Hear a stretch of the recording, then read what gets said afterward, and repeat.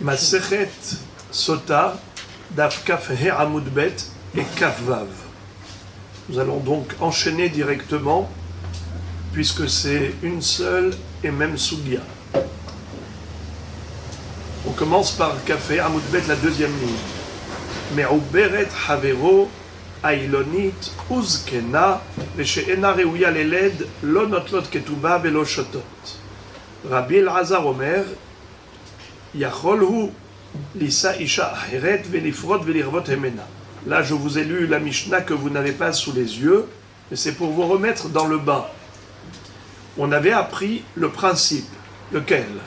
C'est qu'un homme qui soupçonne sa femme d'adultère, il avait averti parce qu'il sentait qu'elle avait des contacts malsains avec un homme. Elle lui a dit, je t'interdis.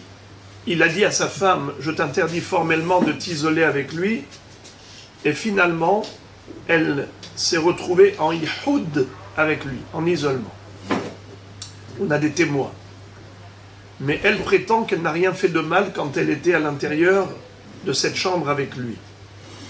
Étant donné que le doute plane sur elle, la Torah dit qu'en attendant, ils n'ont pas le droit d'avoir des relations jusqu'à ce qu'on clarifie la situation par la boisson de ce breuvage qu'on appelle Maïm Marim au Beth Amikdash. Le Kohen avait effacé le texte de la Sota qu'il avait préalablement écrit sur un parchemin et il avait effacé dans l'eau. Si elle avait fauté, eh bien elle l'explosait littéralement, sinon au contraire elle était bénie. Veniketa, Venizrea, Zara. Si elle est innocente, elle devenait fertile si elle était stérile. La Mishnah nous avait parlé de cas atypiques, car ce que je vous ai dit, c'est le cas classique. Mais quels sont les cas atypiques? C'est un homme qui se trouve marié à une femme qu'il ne devait pas épouser. Exemple. Un Kohen Gadol qui était marié à une veuve, ou un Kohen qui était marié à une divorcée, bien ils n'ont pas le droit d'être mariés.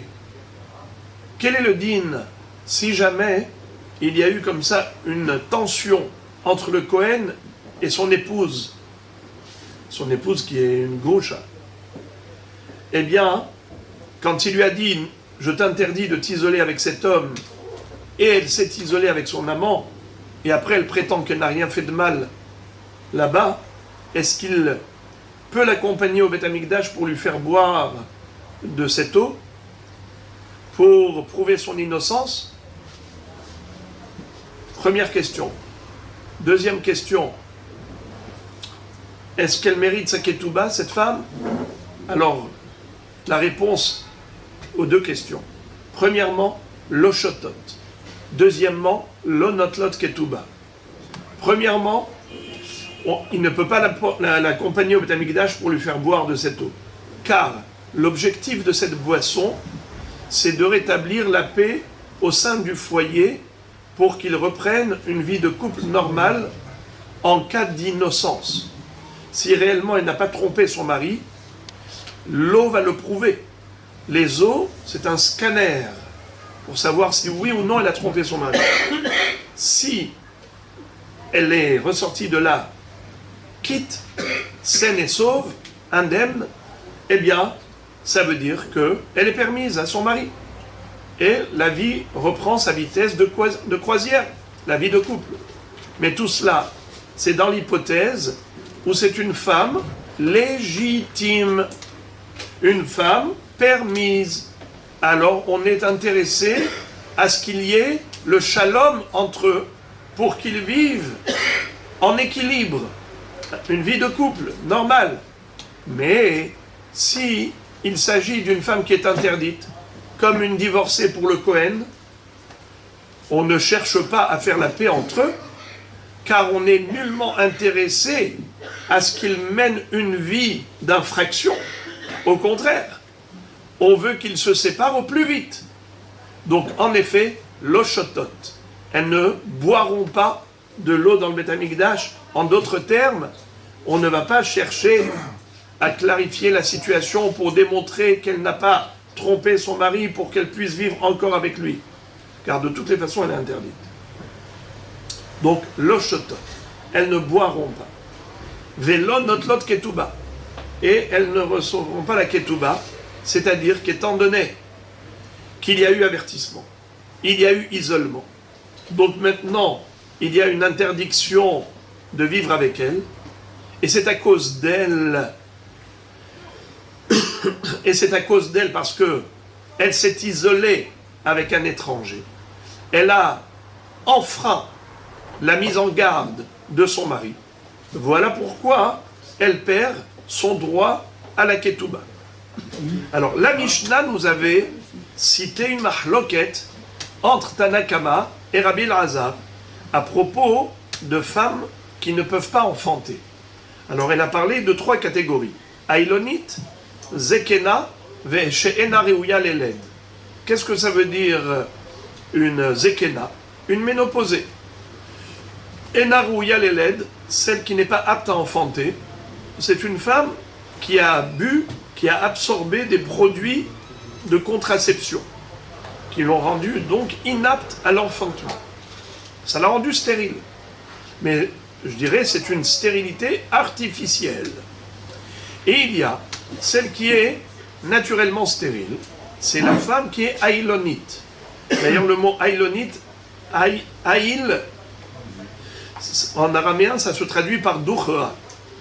Dukhra qui veut dire zachar, mâle, masculin. Car en effet cette femme a un corps qui est plutôt masculin. Il n'est pas féminin. Donc elle n'a aucune chance de donner naissance à un enfant. Aucune.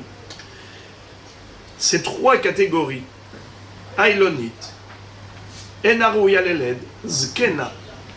Tanakama va dire, ces 3 femmes, si elles se sont isolées, après que leur mari les a avertis de ne pas s'isoler avec cet homme, eh bien, quel est leur din? Lonotlot ketuba velo shotot. Elles n'ont pas le loisir de prouver leur innocence par la boisson de Maïm Amarim au Beth Amikdash. Pourquoi? Car nous ne cherchons pas à rétablir la paix dans ce foyer. Pourquoi? Car ce mari-là a épousé une femme qui ne peut pas avoir d'enfant.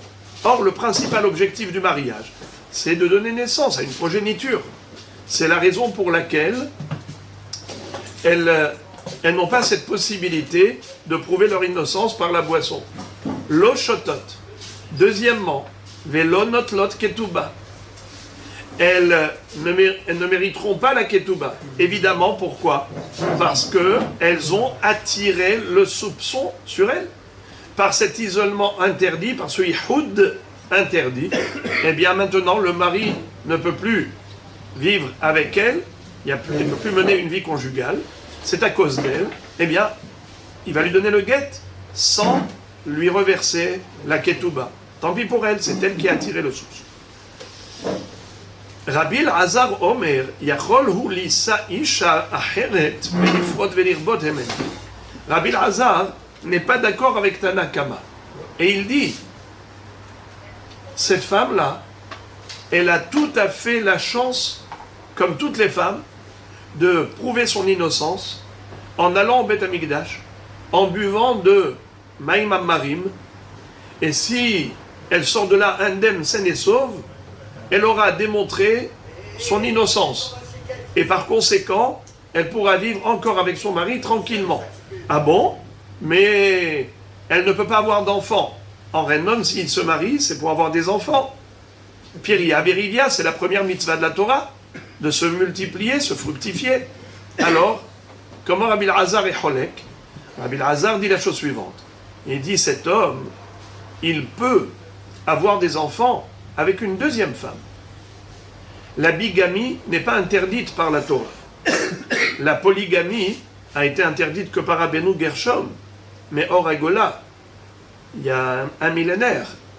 Mais selon la Torah, et même selon le Talmud, il n'y a pas de Issur. Alors cet homme-là, tu ne peux pas dire qu'il n'a pas le droit de vivre avec cette femme parce qu'elle ne peut pas lui donner des enfants. parce qu'elle est soit ménopausée, soit elle a pris un contraceptif qui l'a rendue stérile, soit parce qu'elle est aïlonite. Tu ne peux pas donner ces arguments, car il n'y a pas d'interdiction de vivre avec ces femmes, vu que la mitzvah d'avoir des enfants, il peut l'accomplir avec une autre femme. Yachol hu lisa isha acheret, velifrod velirbot mimena. Très bien, ça c'est ce qu'on avait vu dans la Mishnah. Maintenant, la Gemara va nous citer l'opinion de Rav Nachman au nom de Rabba Baravua, qui donne une précision par rapport à Rabbi Elazar. Amar Rav Nachman, Amar Rabba Baravua, Mahloket be'akara uzkena, aval be'ailonit, divrei hakol lo shota velo notelet ktubata, shene'emar veniketa venizre'a zara, mi shedarka le'azriya, yatsa zo she'en darka le'azriya. C'est-à-dire,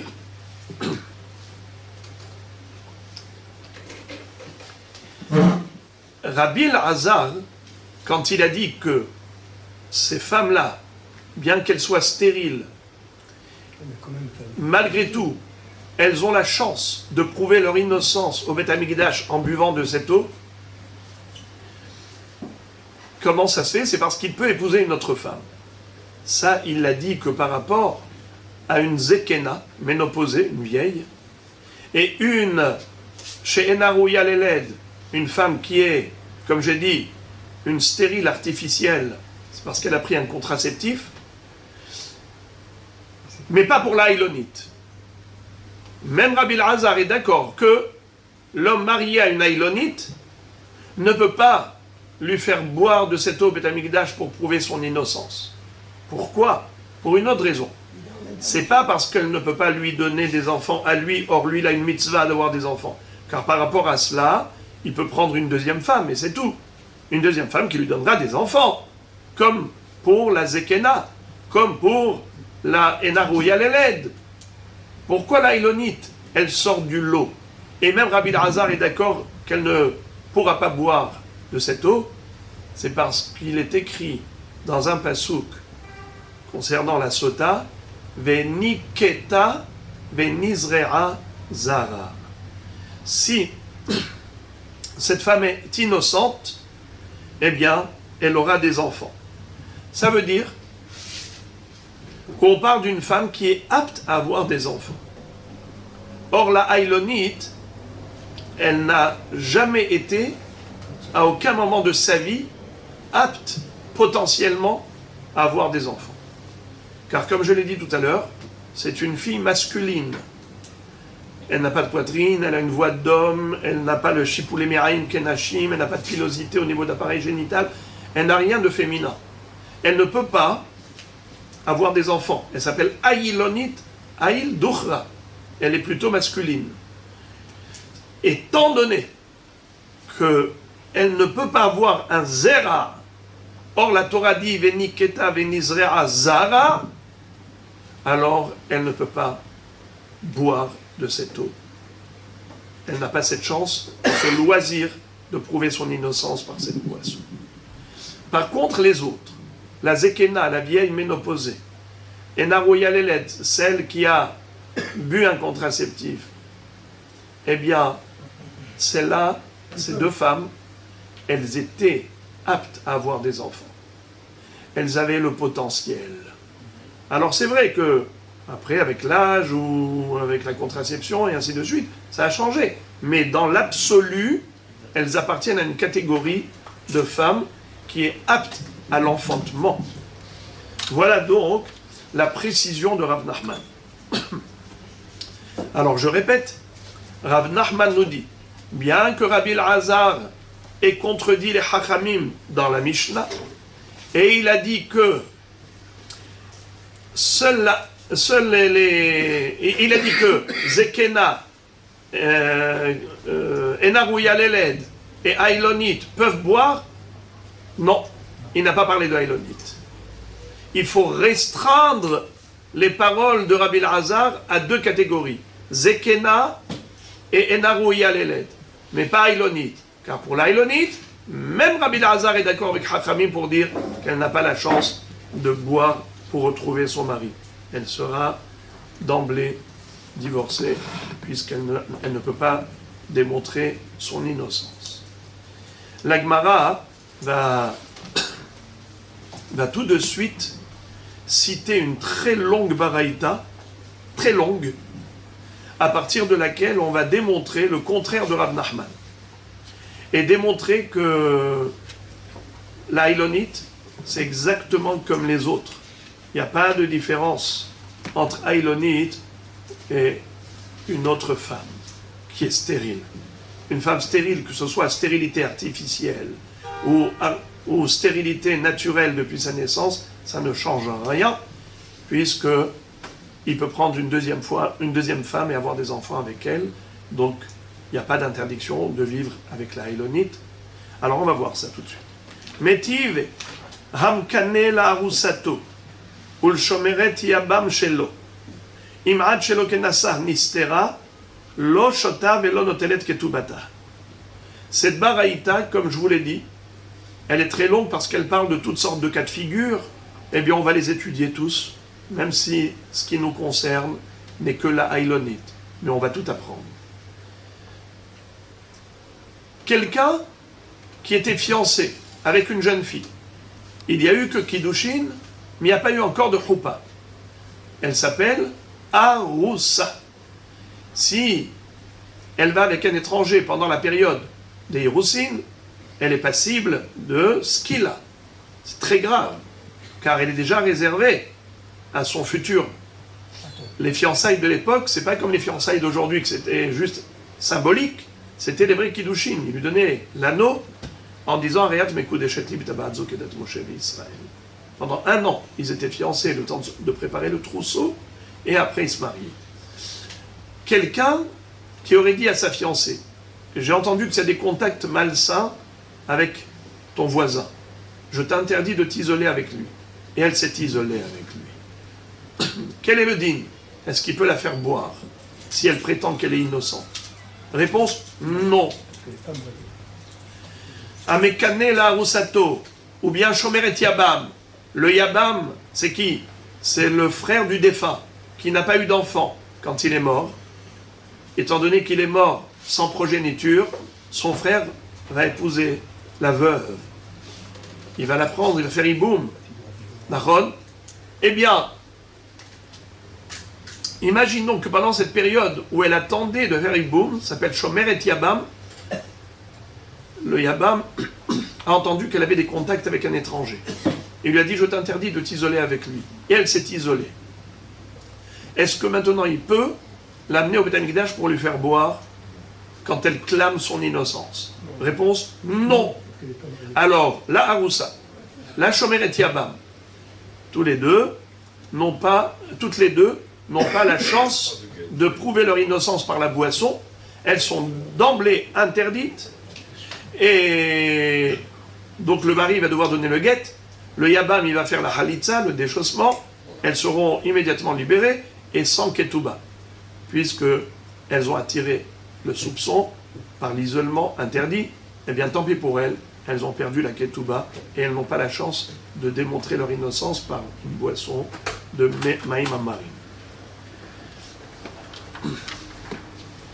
Mais Uberet Havero, Omeneket Havero. La Braïta nous parle également du cas de celle qui était celle qui était mariée autrefois et elle a divorcé, ou son mari est mort. Et maintenant, elle est enceinte de son premier mari, ou elle a un bébé qu'elle allait de son premier mari. Elle n'a pas le droit de se remarier avec quiconque d'autre jusqu'à ce que le bébé ait 2 ans. Car tant qu'elle allait, tant que ce bébé dépend de l'allaitement, si elle se marie avec un nouveau mari, qu'est-ce qui va se passer? Elle peut tomber enceinte et la grossesse va interrompre le lait maternel. Elle n'aura plus la possibilité de nourrir son bébé. Or, le nouveau mari, comme ce bébé n'est pas son fils, il peut ne pas avoir de pitié pour lui, ne pas avoir de scrupules. Il va dire, moi, je ne vais pas lui acheter à manger. Et le lait maternel a disparu parce que il a fait tomber enceinte sa nouvelle épouse, et donc, Hachamim ont dit, pour sécuriser le bébé, il ne faut pas qu'elle se marie jusqu'à ce qu'elle est sevrée, c'est-à-dire à l'âge de 2 ans. Mais Uberet Havero, Meneket Havero, ils n'ont pas le droit, monsieur n'a pas le droit d'épouser, mais Uberet Havero, Meneket Havero. Et malgré tout, il a épousé. Il a contrevenu à la loi. Quel est le din si jamais elle a attiré le soupçon? Il avait mis en garde en lui disant, j'ai entendu que tu as des contacts malsains avec cet homme, et celle-là, elle s'est isolée avec ce garçon. Maintenant, elle est interdite à son mari. Est-ce qu'il peut l'accompagner au Beth Amikdash pour lui faire boire de cette eau? Réponse, non. Pourquoi? Lo shotot velo notot ketuba, dit vrai Rabbi Meir, car Rabbi Meir dit, regardez, la Braïta elle-même cite les paroles de Rabbi Meir. Sheaya Rabbi Meir Omer, lo yisa adam me'uberet havero meneket havero. Un homme ne doit pas épouser une femme enceinte ou une femme qui allait son bébé, pour les raisons qu'on a expliquées. Veim avar venasa, yotzi velo yahzir olamit. Rabbi Meir dit que même a posteriori, s'il a épousé, on ne dit pas que Bedi Avad, a posteriori, allez, ils peuvent rester ensemble. Non, non, non. Il doit tout de suite donner le guet, se séparer de cette femme, et il ne pourra plus jamais la récupérer. Même lorsque le bébé aura 2 ans, il ne pourra pas se remarier avec elle. Pourquoi?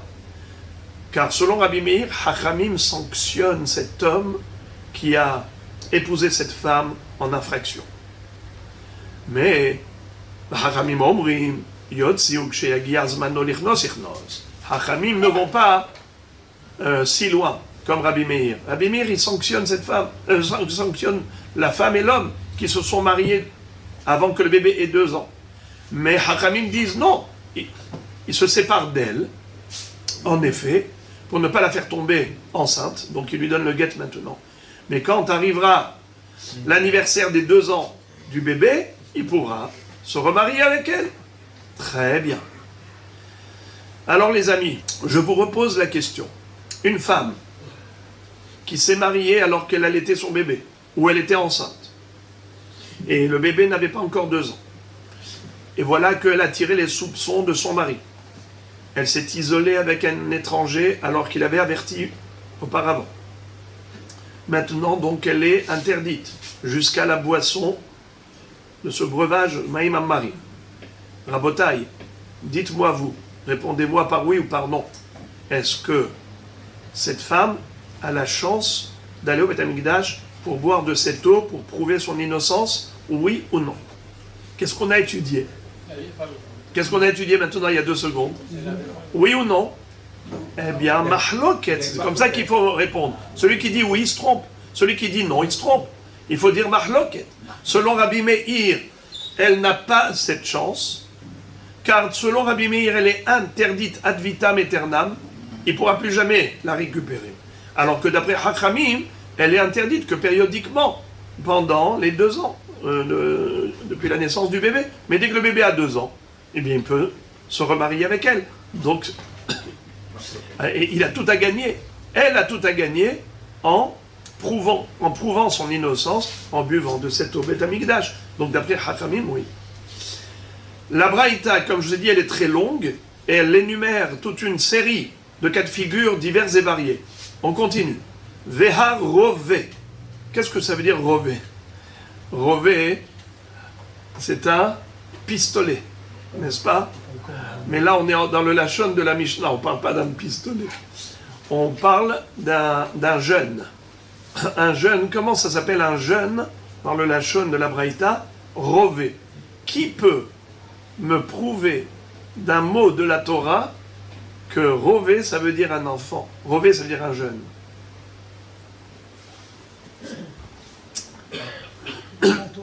Hein? Dans la Torah. Un enfant? Allez, un indice. Chérubin. Ouais, Kérouvim. Comment ça s'écrit? Kérouvim. Rové au pluriel, Rouvim. Kérouvim. Eh bien, comment traduit onkelos, le mot kérouvim, kéravia, comme un rové, comme un bébé. C'est-à-dire que le visage, la figure des chérubins, c'était la face d'un bébé. Eh bien, kérouvim, kéravia, comme un bébé. Alors, rové, c'est un jeune garçon. Un jeune garçon, pourquoi on l'appelle jeune? C'est-à-dire que lui n'a jamais eu d'enfant.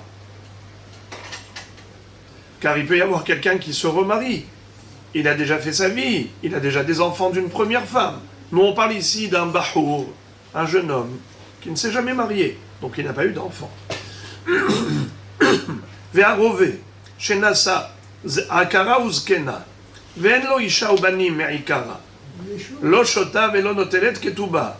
Rabbi Elazar omer, yachol hu lisa acheret, ve'lifrot ve'lirbot hemena. C'est-à-dire, une ménopausée, zekena, une vieille ménopausée, ou akara, une femme stérile, celle-là,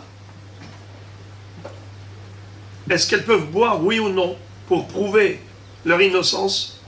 Eh bien, Tanakama dit non, lo shota. Rabbi Elazar dit oui, shota. Pourquoi? Yachol hu lisa isha acheret velifrot velirbot emena. C'est-à-dire, quel est le problème? Il n'a pas le droit de vivre avec une femme qui ne peut pas lui donner des enfants. Or, la Torah lui ordonne d'avoir des enfants et il ne peut pas avoir de progéniture avec ces femmes parce qu'elle est ménopausée ou stérile. Et alors, il peut épouser une deuxième femme. La bigamie n'est pas interdite par la Torah. Et donc, Rabbi Elazar dit que oui, elles ont la possibilité, la chance de prouver leur innocence en buvant de Maïm Amarim au Beth Amikdash. Aval, Amekane la rusato, ul shomeret yabam shelo, umisheknasa nistera, o shota, o lo notelet ketuba. C'est-à-dire, tout à l'heure on a dit qu'une arusa ou une shomeret yabam ne peut pas boire. Elle est interdite ad vitam aeternam. Mais c'est seulement au cas où elle s'est isolée quand elle était arusa. Elle s'est isolée quand elle était shomeret yabam. Alors là, on dit qu'elle n'aura pas la chance de pouvoir aller boire pour prouver son innocence. Pourquoi?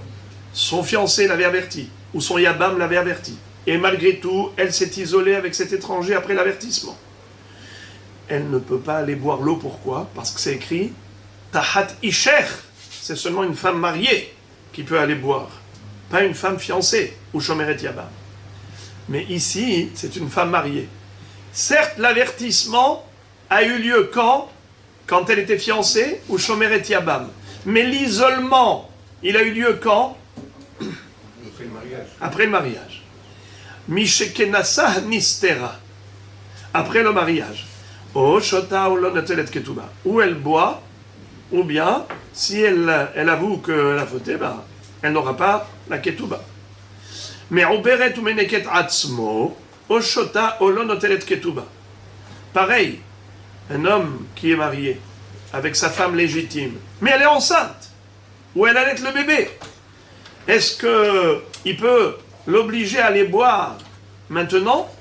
Mais ça veut dire si elle prouve son innocence, on aurait pu croire qu'étant donné qu'elle a un bébé dans le ventre, par pitié pour le bébé, qui ne mérite pas la mort, par pitié pour le bébé, qui ne mérite pas de perdre sa mère, qui est sa nourrice, qui l'allaite, on aurait pu penser que l'Oshota te dit non, elle est apte à boire. Mais au Beret ou Meneket Atzmo, Oshota, Olon Netolet Ketuba. Si le mari lui donne le guet, il lui donne le guet sans lui payer la Ketuba. Harove, Shenasa Akara Uzkena, un jeune garçon qui a épousé une stérile ou une ménopausée, Veyeshlo Isha Ubanim, et il a d'autre part une deuxième femme qui lui a donné des enfants. Oshota Olon Notelet Ketuba. Là, même Hachamim disent, elle peut boire, sinon, il donne le guet, elle ne reçoit pas la Ketuba. Eshet Mamzer le Mamzer, Veshet Natin le Natin, Veshet Ger, Ve'eved Meshuhrar, Ve'ailonit, Oshota, O lo notelet ketuba. Quel est le din de Eshet Mamzer, les Mamzer? Comment une femme mamzeret peut être mariée dans un mariage légitime? Bravo. Une mamzeret peut se marier avec un mamzer. Ouais, il n'y a pas de iso. Un natin peut se marier avec une netina. C'est quoi déjà un natin et netina? C'est des convertis par force. Non, ça c'est les koutim. Ah, les coutumes. Ce sont les convertis par ruse. Ah, par ruse, oui. Ceux qui se sont présentés à Yehoshua Benoun, à Moshe Rabbeinu, comme des gens qui venaient du lointain, et après leur conversion, et ils se sont fait attraper, alors Moshe Rabbeinu et Yehoshua Benoun les ont considérés comme les bûcherons et les puiseurs d'eau du Ram Israël. Les Tanam, les Hodve Etzim et Shoave Maïm, c'est pour ça qu'ils s'appellent Netinim, Natan Otam. Et qui a décrété qu'ils n'ont pas le statut de juifs et que c'est interdit de se marier avec eux? David Amelech. Pourquoi il a décrété cela? Ils sont cruels. Parce qu'il a vu qu'ils étaient cruels. Comment ils ont prouvé leur cruauté? Ils voulaient tuer... Ils ont réclamé vengeance en demandant de pendre 7 enfants de la descendance de Shaoul. Alors David Amelech a dit, ça ce ne sont pas des juifs. Les bénis Israël ont pitié. Et eux n'ont pas voulu en aucun cas, aucune indemnité, aucune indemnisation, si ce n'est que de tuer. Cette soif de sang n'est pas juive. Ça n'existe pas chez nous. Et donc il a décrété que c'est assourd de se marier avec eux. Mais entre eux, ils ont le droit de se marier. Donc Natin et Netina.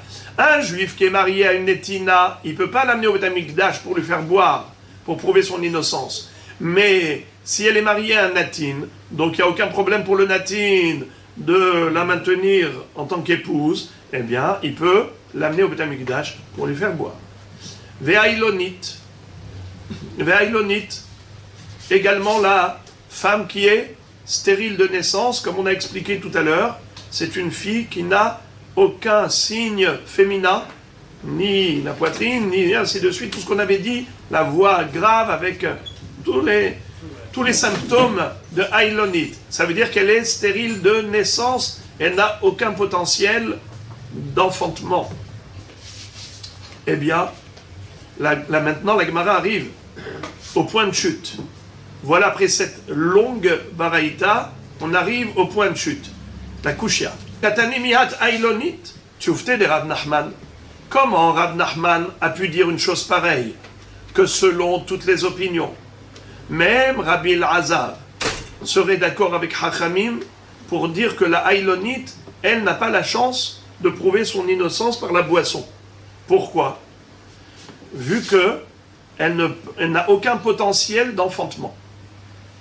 Elle est née avec l'impossibilité de donner naissance à un bébé. Or, à propos de la sota, il est écrit « Veniketa, venizre azara ». Si elle est innocente, elle aura des enfants. Or, celle-là, elle est ailonite, elle est exclue du zera. Elle ne peut pas avoir de progéniture.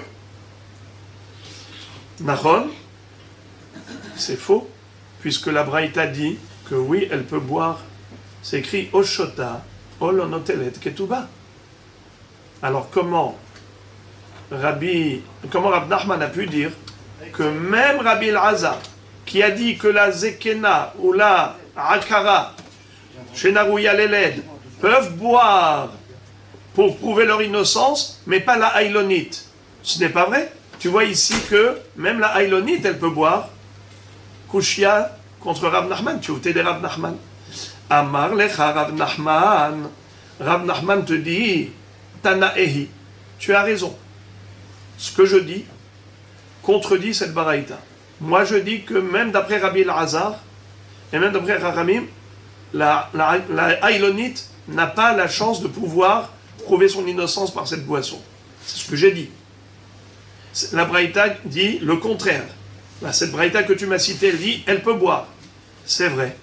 Mais moi, le Hémora, Rav Nachman, je m'appuie sur un autre Tana qui contredit cette baraïta. Donc en effet, c'est une mahloquette entre les Tanaïm. Et il le prouve. Et il dit, Tanaehi, c'est une mahloquette Tanaïm. Ve'ana, et moi, de Amre ki haïtana. J'ai parlé comme l'autre Tana. De Tanya, Rabbi Shimon ben Elazar Omer, Ailonit, lo shota velo notelet ketuba, sheneemar veniketa venizrea zara, mi shedarka leazria, yatzazo shen darka leazria. C'est-à-dire que d'après Rabbi Shimon ben Elazar, pourquoi la Ailonite n'a pas cette chance de pouvoir boire de ce breuvage pour prouver son innocence, car la Torah dit à propos de la Sota, Veniketa venizrea zara, elle aura une progéniture. Or la Ailonite n'a aucune chance d'en avoir. Donc elle est de facto exclue de la paracha de la Sota, de la boisson. Vera banan, hay veniketa venizrea zara may abdele. Alors ceux qui disent que la Ailonite, oui, elle a le droit de boire, elle a tout à fait ce loisir et cette chance de prouver son innocence par la boisson de ce breuvage, comme toute femme classique, bien qu'elle soit atypique. Alors qu'est-ce qu'ils vont faire avec ce passouk Veniketa venizrea azara? C'est très joli. Ils disent comme ça. Kedetania Veniketa venizrea azara, she'im aita akara nifkedet, divrei Rabbi Akiva. C'est pour dire que si la femme qui avait été soupçonnée d'adultère, elle a réussi à démontrer et prouver son innocence, car en buvant, elle est sortie de là indemne, saine et sauve. Elle a dit, voyez-vous, que je n'ai jamais trompé mon mari comme on me prétendait. C'est vrai que j'étais en isolement après l'avertissement, mais je vous l'ai dit depuis le début, j'ai clamé mon innocence. Voilà, les eaux l'ont prouvé. Mais maintenant, la Torah lui assure même une bénédiction. C'est que si elle était stérile, elle devenait fertile. Veniketa, venizrea zara, sheim aita akara, nifkedet. C'est ce que dit Rabbi Akiva. Amarlo Rabbi Ishmael. Rabbi Ishmael dit à Rabbi Akiva, Imken, isatru kol ha'akarot ve'ipakdu. Dans ce cas-là, toutes les femmes stériles vont trouver ce subterfuge. On est en train de motiver les femmes à se mettre dans un état de yihoud, d'isolement, pour attirer le soupçon, pour que le mari aille les faire boire. C'est pas bien ça. Ce n'est pas bien. On est en train de stimuler les gens à faire des choses négatives.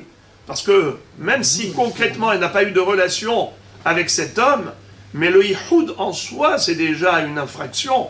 Elle n'a pas le droit de se retrouver en isolement avec un étranger alors qu'elle est mariée. Eh bien, comment, toi Rabbi Akiva, tu peux dire que la Torah est en train de promettre une telle bracha à cette femme, mais tu es en train de la motiver à faire du mal, car toutes les femmes stériles, elles vont adopter cette démarche négative. Alors, c'est pour cela que Rabbi Ishmael explique différemment le pasouk. Et il dit, d'ailleurs, regardez comment il dit.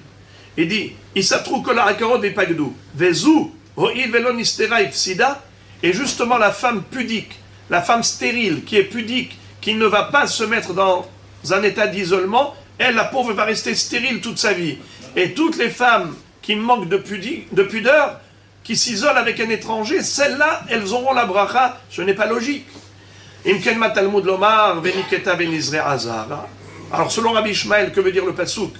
Si elle est innocente, eh bien, venizrea azara. Shehimaita yoledet betsaar, yoledet berevah.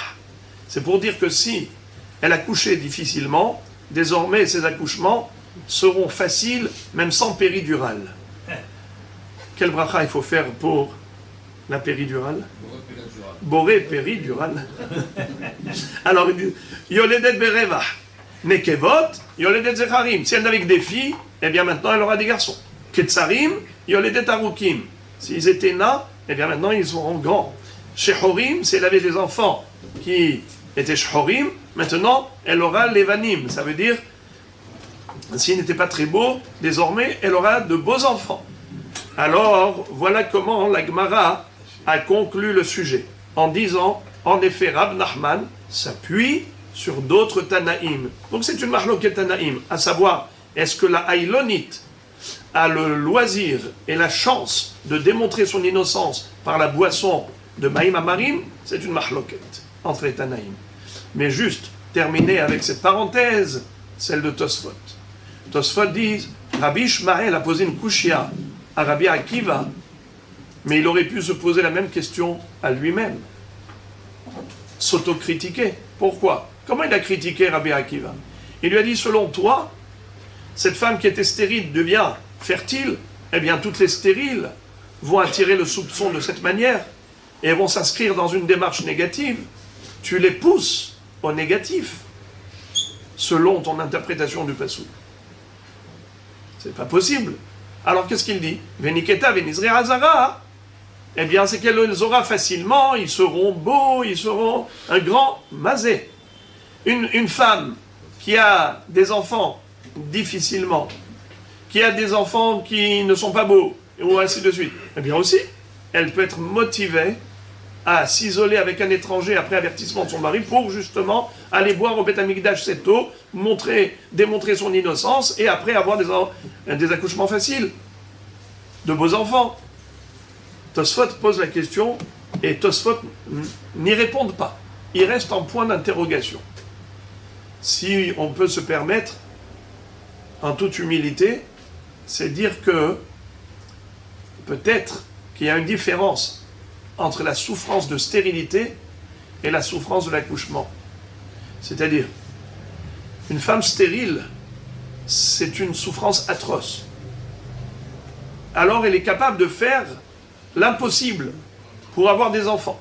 Et même si il faut attirer le soupçon de son mari, elle le fera. Elle sera capable de faire l'impossible pour avoir des enfants, même s'isoler avec un étranger. Tandis que pour avoir juste une facilité d'accouchement ou de beaux enfants, ce n'est pas une motivation suffisante pour attirer des soupçons. Ça veut dire qu'elle n'est pas à tel point motivée pour jusqu'à se mettre dans cet état-là. Voilà donc la réponse qu'on pourrait donner à ce point d'interrogation de Tosfot. Alors la Gemara nous enseigne que Eshet Mamzer, les Mamzer, également, lorsqu'un Mamzer est marié à une Mamzeret et il la soupçonne d'avoir des relations interdites avec un homme, eh bien, il lui dit, dis-moi, Madame Mamzeret, tu t'isoles avec le voisin, hein? Il a dit, jamais de la vie. Alors je t'avertis, ne t'isole pas avec lui. Et voilà qu'il y a des témoins que Madame Mamzeret s'est isolée avec le voisin de Monsieur Mamzer. Eh bien, Monsieur Mamzer va prendre Madame Mamzeret et il va l'emmener au Beth Amikdash, il va lui faire boire là-bas de l'eau où on a effacé le texte de la Sota, Maïm Marim, pour vérifier si cette Madame Mamzeret a été avec le voisin de Monsieur Mamzer, puisqu'il avait averti. Est-ce qu'un Mamzer et une Mamzeret ont le droit de vivre ensemble? Oui. L'interdiction, c'est qu'un Mamzer se marie avec une juive ou un juif se marie avec une Mamzeret. Lo yavo Mamzer, Bikahal Hashem. Bikahal Hashem. Mais Mamzer et Mamzeret ont le droit de se marier ensemble. Alors, la Gemara pose la question, elle dit Pshita, Eshet Mamzer, les Mamzer, Pshita, quel est le hiddouche de la Braïta? La Braïta qui nous a dit qu'en effet, le Mamzer peut accompagner sa femme Mamzeret au Beth Amikdash pour lui faire boire de l'eau pour vérifier si elle a trompé. Mais c'est évident qu'il peut. Pourquoi est-ce que ce serait différent de toute femme juive? Réponse, Maoud etema, apouché, psoulin, lolifouche, kamash ma'alan. En araméen, apouché, ça veut dire multiplier. Multiplier. Décupler. Apouché. On aurait pu croire que lorsque le mamzer soupçonne sa femme qui est mamzeret de l'avoir trompé avec le voisin, on aurait pu croire qu'il faut justement les séparer. Qu'est-ce que tu crois? Qu'elle t'a trompé? Et donc elle t'est interdite maintenant qu'elle s'est isolée avec le voisin? Eh bien, donne-lui le guet, séparez-vous. On aurait pu croire qu'il faut faire ça. plutôt que de lui donner le conseil d'aller au Beth Amikdash pour rétablir la paix entre eux si éventuellement elle ne l'a pas trompé. C'est-à-dire qu'en buvant de ce breuvage, on aura la preuve éventuelle qu'elle ne l'a pas trompé. Comme ça, ils vont reprendre leur vie de couple. Oui, mais s'ils reprennent leur vie de couple, ils vont avoir des enfants. Et quand ils vont avoir des enfants, comment ils vont être? Des mamzerim. Car monsieur mamzer ou madame mamzer, leurs enfants, qu'est-ce qu'ils sont? Mamzerim. Ils peuvent se convertir. Alors, non, ils peuvent pas. Ils vont rester mamzerim. Gam dor asiri, lo yavo mamzer mikal Hashem. Gam dor asiri, lo yavo mikal Hashem. Même la 10e génération, ça reste des mamzerim. Et donc, on aurait pu croire qu'il faut justement les pousser à divorcer. Ne faites pas de shalom bayit. Parce que tu fais du shalom bayit entre mamzer et mamzeret, qu'est-ce que ça donne? Des enfants mamzerim. On veut avoir au sein du Ham Israël des mamzerim. Alors nous aurions pu croire qu'en effet le mamzer, faut pas qu'il aille au Beth Amikdash lui donner à boire à sa femme mamzeret, pour pas justement qu'ils aient le droit de retrouver leur vie conjugale et donner naissance à une progéniture de mamzerim. C'est pour ça qu'on te dit non, tu peux pas l'empêcher de vivre maritalement.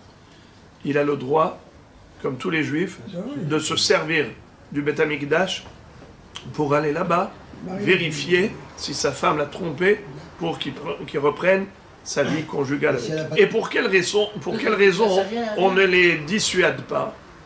Parce qu'ils sont déjà mariés et tu ne peux pas empêcher un couple de vivre ensemble. Cet homme-là a besoin, il vit avec son épouse, elle vit avec son mari. Toi maintenant tu vas tout faire pour les séparer, pour ne pas avoir une progéniture de mamzerim. C'est vrai qu'à l'échelle nationale, ça nous arrange. Mais à l'échelle individuelle de ces deux personnes qui ont trouvé leur équilibre dans leur vie ensemble, on ne va pas les dissuader et les pousser à divorcer. Bon. La Gemara nous dit encore Eshet ger ve'eved meshuhrar ve'ailonit. Alors, le mot ailonit, il faut le retirer, nous dit le Bah. Voyez-vous qu'il y a un petit aleph à côté de ve'ailonit. Le Hagaot Abar, les corrections du Beit Hadash, nous dit ve'tevat ve'ailonit nimhak. Il faut effacer le mot ailonit. Il y a juste Eshet ger ve'eved meshuhrar. À ce propos, la Gemara pose la question. Pshita, mais c'est pas shoot que la femme d'un guerre, elle a les mêmes lois qu'une Bat Israël. Quel est le hidouche? Quand tu me dis qu'un guerre qui est marié à une fille juive, eh bien, si jamais il a des soupçons et qu'il a averti et qu'elle s'est isolée avec un étranger, il peut l'amener au Beth Amikdash. Pour l'instant, elle lui est interdite jusqu'à ce qu'il l'amène au Beth Amikdash lui faire boire. Ma hidouche. Mais c'est évident. Ah, Hidouche. Pareil, Eved Meshuhrar, c'est un guerre. C'est quoi un Eved Meshuhrar? C'est un Eved Kenaani qui était soumis à l'esclavage. Son maître l'a libéré. Alors maintenant, il est juif. Alors c'est un guerre. Et il s'est marié avec une juive. Eh bien, c'est normal que si jamais sa femme juive s'est isolée avec un étranger, c'est normal qu'il puisse l'accompagner au Beth Amikdash pour lui faire boire de Maïm Amarim. Ma hidouche. Réponse.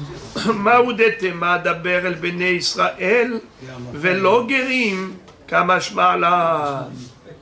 Nous aurions pu croire que les lois de la Sota ne sont applicables qu'à des béné Israël, à des hommes qui sont d'origine juive de souche.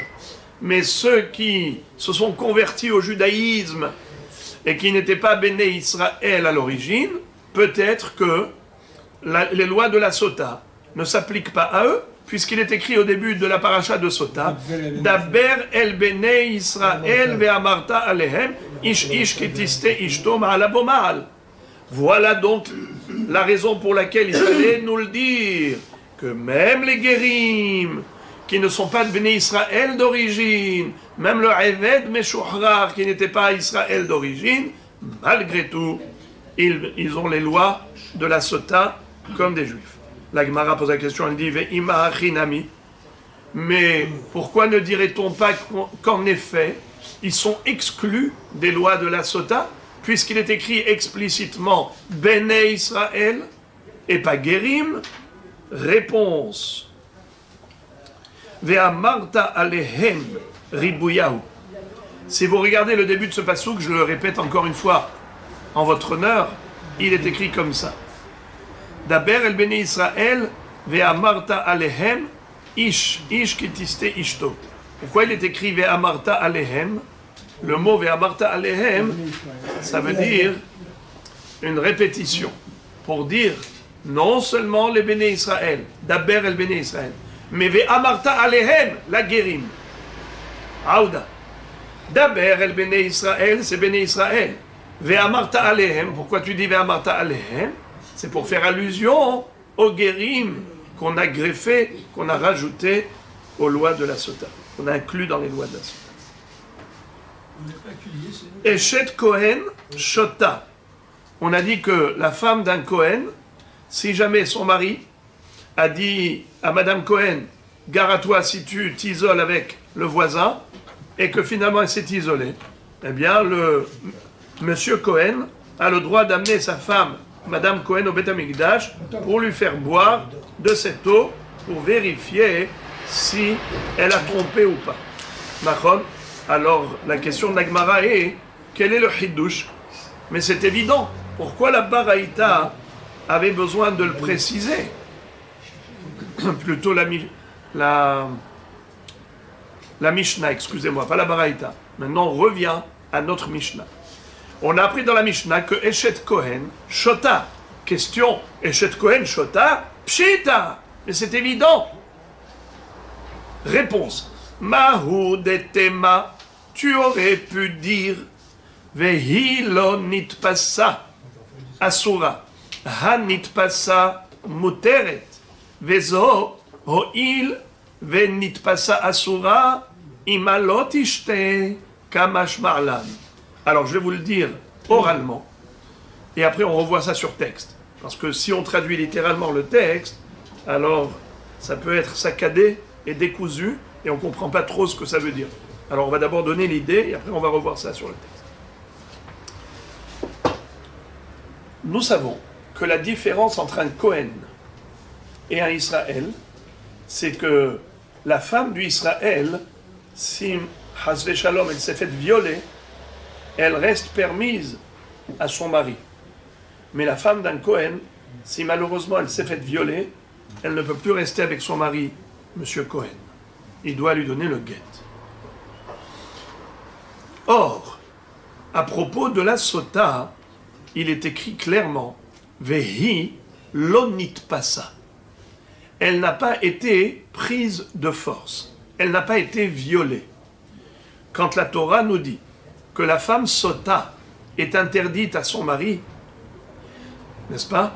C'est parce qu'elle a été consentante. C'est qu'elle a trahi son mari. Elle a été infidèle. On ne parle pas d'une femme qui a été violée. Car si elle a été nitpasa, elle a été kidnappée, elle a été violée, ce n'est pas de sa faute. Donc évidemment qu'elle ne mérite pas d'être qualifiée de sota et d'être interdite à son mari. Nahon. Donc, on parle forcément dans la paracha de Sota de Vehi lonit pasa, d'une femme qui n'était pas violée. Car si elle était violée, elle ne serait pas interdite.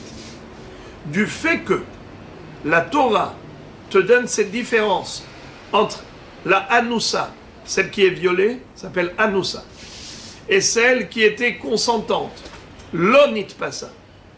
Forcément, la paracha, elle parle de qui? Elle parle d'une Bat Israël qui est mariée à un Ben Israël. On ne parle pas d'une Eshet Kohen, car chez la Eshet Kohen, il n'y a pas de différence entre Anoussa et pas Anoussa. Elle est toujours interdite à son mari. Donc forcément, la paracha de la Sota, qui a parlé d'une femme qui était consentante et non violée, Vehi lonit pasa. Donc on ne parle pas de Eshet Kohen, on parle de Eshet Israël. Chez la Eshet Israël, il existe cette nuance entre violée ou consentante. Mais chez Eshet Cohen, il n'y a pas de différence entre violée ou consentante.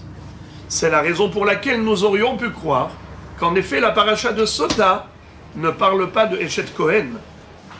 C'est ça le Hidouche. Alors on va relire ça dans le texte. Lisons.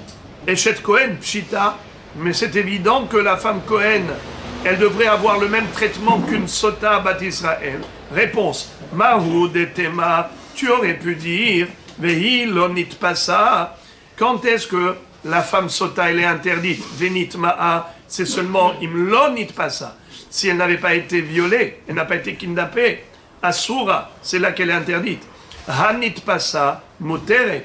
Mais si cette femme avait été violée, elle était prise de force, kidnappée de force, elle était enfermée, isolée dans une chambre malgré elle, Nahon, eh bien, elle n'est pas interdite à son mari.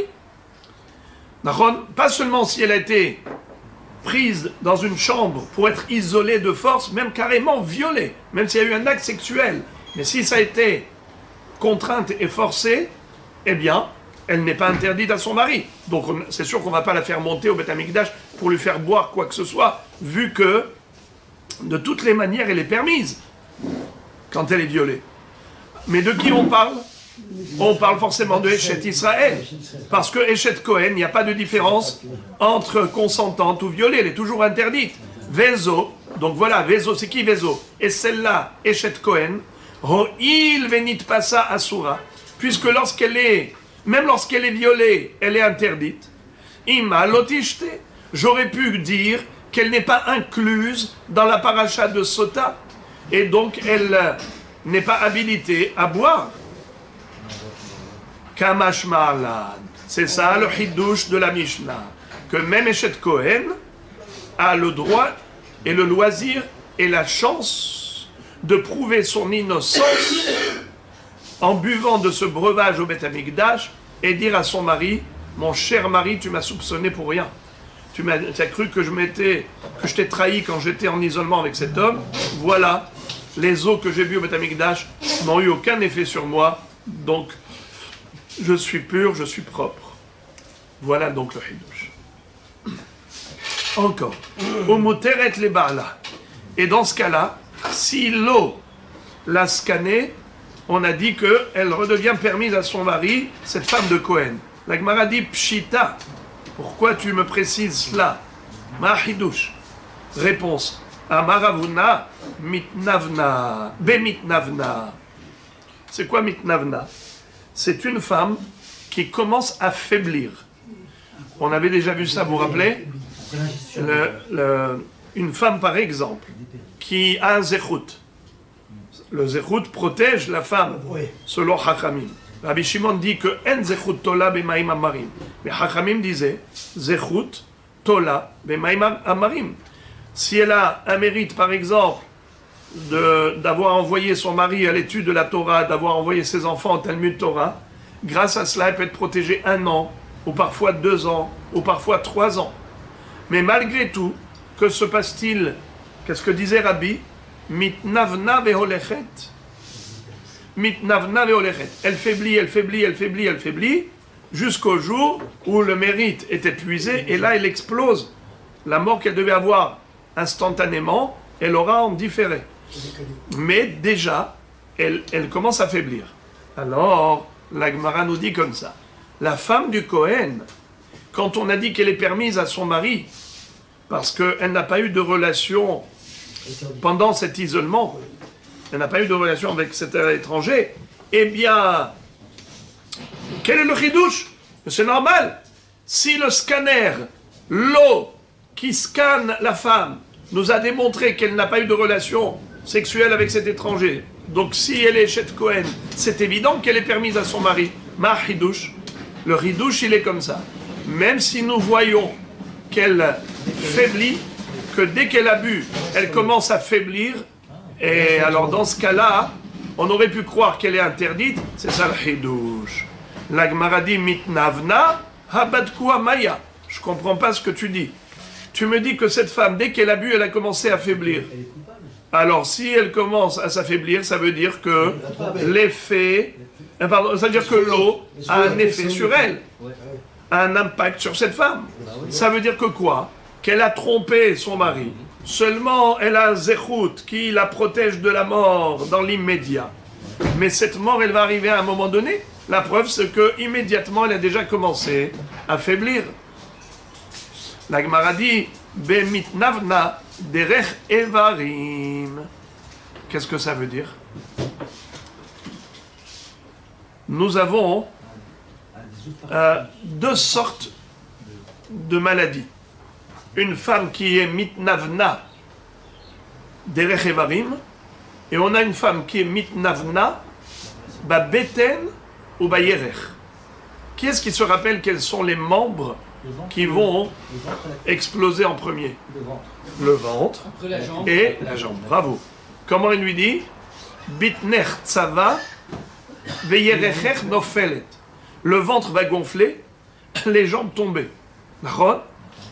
Eh bien là, on voit que celle-là, elle est mitnavna, elle a mal à la tête, elle a mal au bras. D'accord? Tu vois que Dafka, les membres concernés par la Ravera, qui sont cités dans la Torah, mentionnés dans la Torah, eh bien ne souffrent pas.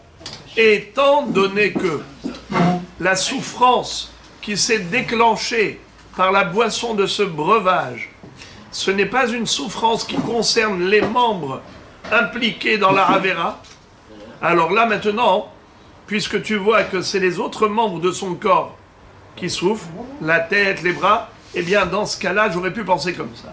Mahu detema ha zanouye zanai vehai de lobatku amaya kiorhe mishum de beones zanai ulgabe kohen asira kamashmalan. J'aurais pu faire un montage philosophique. Regardez, quelle aurait pu être la philosophie. J'aurais pu penser que Béhémet, cette femme-là, Eshet Cohen, elle a eu une relation sexuelle avec ce bonhomme dans la chambre, mais malgré elle, pas en tant que consentante. Et c'est pour cela que l'eau qu'il a scannée n'a pas eu sur elle l'effet que l'eau a en général sur une femme qui était Zona Beratson, qui a trompé son mari volontairement, qui en effet, comment elle l'explose? Le ventre et les jambes. Alors là, on aurait... Mais là, ce n'est pas le cas. Là, Dafka, elle souffre par rapport aux autres membres. Alors là, j'aurais pu dire comme ça. Une femme qui trahit son mari volontairement, la Torah dit que c'est le ventre et les jambes qui vont payer. Or, celle-là, elle a mal à la tête, elle a mal au bras. Elle n'a pas mal au ventre, elle n'a pas mal aux jambes. Alors, qu'est-ce qui se passe là? Mais ce qui est bizarre, c'est que ça a commencé quand, ces douleurs? Ça a commencé dès qu'elle a bu. Donc tu vois que l'eau a un impact, mais pas l'impact classique. Un impact atypique. C'est quoi cette histoire-là? Qu'est-ce qui se passe là? Ah, on a compris. Ce qui se passe, c'est que en fait, cette femme de Cohen, cette épouse du Cohen, Eshet Cohen, quand en fait elle a été violée dans cette chambre. Et puisqu'elle a été violée dans cette chambre, alors elle n'aura pas la malédiction classique d'une femme qui est consentante dans sa relation sexuelle avec l'étranger. Elle n'a pas ça. Elle a un autre effet, un effet différent des autres. Pourquoi? Parce qu'elle a une relation sexuelle différente des autres. Elle n'était pas consentante, elle était violée. Mais pourquoi Kadosh Baruch Hu envoie ces signaux-là? C'est pour nous dire, attention, Eshet Cohen, Eshet Cohen. Et Eshet Cohen, qu'est-ce qu'elle est? Elle est différente d'une Bat Israël. Une Bat Israël qui a été violée, elle est permise à son mari. Mais quand elle est consentante, elle est interdite. Tandis que pour la Eshet Cohen, il n'y a pas de différence entre violée ou consentante, elle est toujours interdite. Alors on aurait pu croire que dans ce cas-là, cette Eshet Cohen qui a bu de ce breuvage et qui a commencé à souffrir des membres autres que les membres qui sont concernés par la Avera, c'est-à-dire elle n'a pas eu mal au ventre, elle n'a pas mal aux jambes, elle a mal qu'à la tête, elle a mal au bras, alors on aurait pu croire que là, Mina Shamaim, on nous fait comprendre qu'elle a été violée, et donc elle devrait être interdite à son mari. C'est ça le chidouche, c'est qu'elle n'est pas interdite à son mari. Kamash Ma'lan, c'est qu'on dit que même si elle souffre à cause de la boisson, elle est permise à son mari, car elle ne souffre pas des membres qui sont concernés par la Havera. Ce n'est pas le ventre, ce n'est pas les jambes, donc ce n'est pas en rapport du tout avec une relation sexuelle. Et par conséquent, elle est permise à son mari, cette femme de Cohen. Voilà donc. Elle est quand même permis. Elle n'est pas à nous ça. Ça veut dire que l'eau qu'elle a bu nous a démontré que, en fait, elle n'a pas fauté. C'est-à-dire que ni une relation consentante, ni une relation forcée, elle n'a pas eu de relation avec cet homme avec lequel elle était en isolement, et donc elle retrouve le droit de vivre avec son mari, le Kohen. Et c'est quoi les douleurs qu'elle a eues? C'est quoi les douleurs? C'est qu'apparemment elle a dû avoir ce qu'on appelle un effet psychologique, qu'on appelle effet placebo. Vous connaissez l'histoire de l'effet placebo? Il y a des gens à qui on injecte des produits, certains sont des produits curatifs, d'autres c'est juste la psychologie. Eh bien on leur donne à tous, on leur fait croire qu'on leur donne le même produit, et figurez-vous qu'il y a un effet placebo, même pour ceux qui en fait n'ont pas reçu le produit, ils guérissent. Parce que tout est psychosomatique, dans le sens où l'être humain, avec son mental, il est capable d'agir sur son physique. Une personne, quand elle veut combattre la maladie, et on lui donne un médicament, soi-disant, on peut lui mettre de l'eau, et on lui met de l'eau, et on lui dit, voilà, ça y est, maintenant tu as mis un médicament qui va te revigorer. Eh bien, cette personne-là, elle se sent tout de suite boostée. Psychologiquement, elle croit qu'elle a eu maintenant un médicament de folie. Et elle guérit, comme dit le Passouk dans Michelet. Veruach ish yechalkel mahalehu. Le moral de l'homme, son esprit, l'aide à combattre la maladie, à la gérer et même de s'en sortir. Alors cet effet psychologique, c'est pour vous expliquer pourquoi elle a mal dans les autres membres. Elle n'a pas mal au ventre, elle n'a pas mal elle a mal à la tête. Parce que maintenant, pour elle, c'était une boisson qui devait la détruire, enfin, elle a eu une superstition, et donc c'est pour cela qu'elle se sent mal. Mais ça n'a aucun rapport avec une relation sexuelle avec l'étranger. En tout cas, maintenant, la Gemara continue et nous dit Al yede kol harayot mekanim. La Gemara demande Pshita. Réponse Maoud etema nitma'a shne pe'amim. Echad la ba'al ve'echad la bo'el. Echad ekamitzera beha'iznut. Aval ha ho'il ve'asura ve'kaima. Imalo kamashma alav. Là encore, je vous le dis oralement, et après on relit dans le texte. On a vu dans la Mishnah que si jamais le mari mettait en garde son épouse par rapport à un étranger, lui dit « je t'interdis de t'isoler avec lui », et finalement elle s'est isolée avec cet étranger, elle est interdite jusqu'à ce qu'elle boive pour prouver son innocence. Les amis, quel est le din si le mari dit à son épouse « je t'interdis de t'isoler avec ton père » ou je t'interdis de t'isoler avec ton frère, ou avec ton beau-frère, ou avec ton beau-père. Est-ce que ça marche? Oui, ça marche. Et si elle s'est isolée, elle lui sera interdite, jusqu'à ce qu'il amène au Beth Amikdash pour lui faire boire. Ça veut dire, même si, comme j'ai dit, ce mari-là, il a piqué une crise de folie, parce que interdire à sa femme d'aller de se retrouver seule avec son père, il faut vraiment le faire. En tout cas, la halakha, elle est que, peu importe, il a averti, eh bien, la halakha est que un mari qui avertit sa femme de ne pas s'isoler avec un homme, Il faut qu'elle écoute. eh bien, si jamais elle a bu, si jamais elle s'est isolée, elle devra boire pour prouver son innocence. Sinon, elle est interdite à son mari. Et ça peut être même son père, ça peut être même son frère. La Gemara pose la question, elle dit Pshita, quel est le chidouche? Pourquoi c'est un chidouche? Pourquoi avait-on besoin de le préciser dans la Mishnah? Il va sans dire pourquoi le dire. Je tourne la page. Maoud etema nitma'a shene pe'amim ehad la ba'al ve'ehad la bo'el. C'est-à-dire, il est écrit dans la Torah 2 fois le mot nitma'a à propos de la sota. La Torah veut nous dire que la femme qui a trompé son mari, elle est interdite à 2 personnes. Désormais, elle est interdite à son mari, et elle sera interdite même à son amant. Si jamais le mari lui donne le guet, parce qu'il faut lui donner le guet, maintenant, est-ce qu'elle peut aller se marier avec son amant? Non. Interdite. Et had la baal, ve had la boel. Donc, nitma'a, nitma'a. Pourquoi s'écrit 2 fois qu'elle est impure?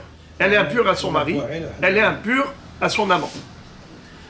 Ah, alors j'aurais pu penser, Echa deka mitzera behaznut, aval ha. Mais cette femme-là, ho il ve asura bekaima, ima lo, kamash ma'alan.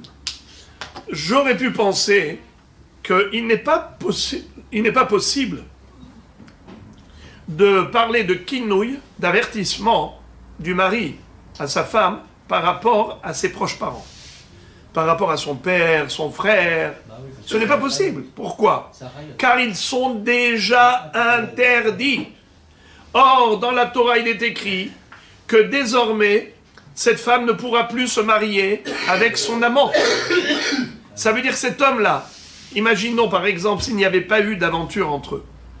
Si un homme divorce, eh bien son épouse, maintenant elle est divorcée, elle peut se marier avec qui elle veut. Maron, ce monsieur-là, elle aurait pu se marier avec lui. Et pourquoi maintenant elle ne peut pas se marier avec lui? Parce que c'est son amant. C'est avec lui qu'elle a fait la Avera. Et la Torah dit « Ehad la Baal, Ehad la Borel ». Alors, j'aurais pu penser que c'est seulement un homme qui était initialement permis au mariage avec cette femme, et qui, à cause du Yihoud, à cause de cette relation qu'elle a eue avec lui, il est devenu interdit. C'est de cela qu'on parle. Par contre, les Harayot, comme son père, son frère, ils étaient interdits de toutes les façons.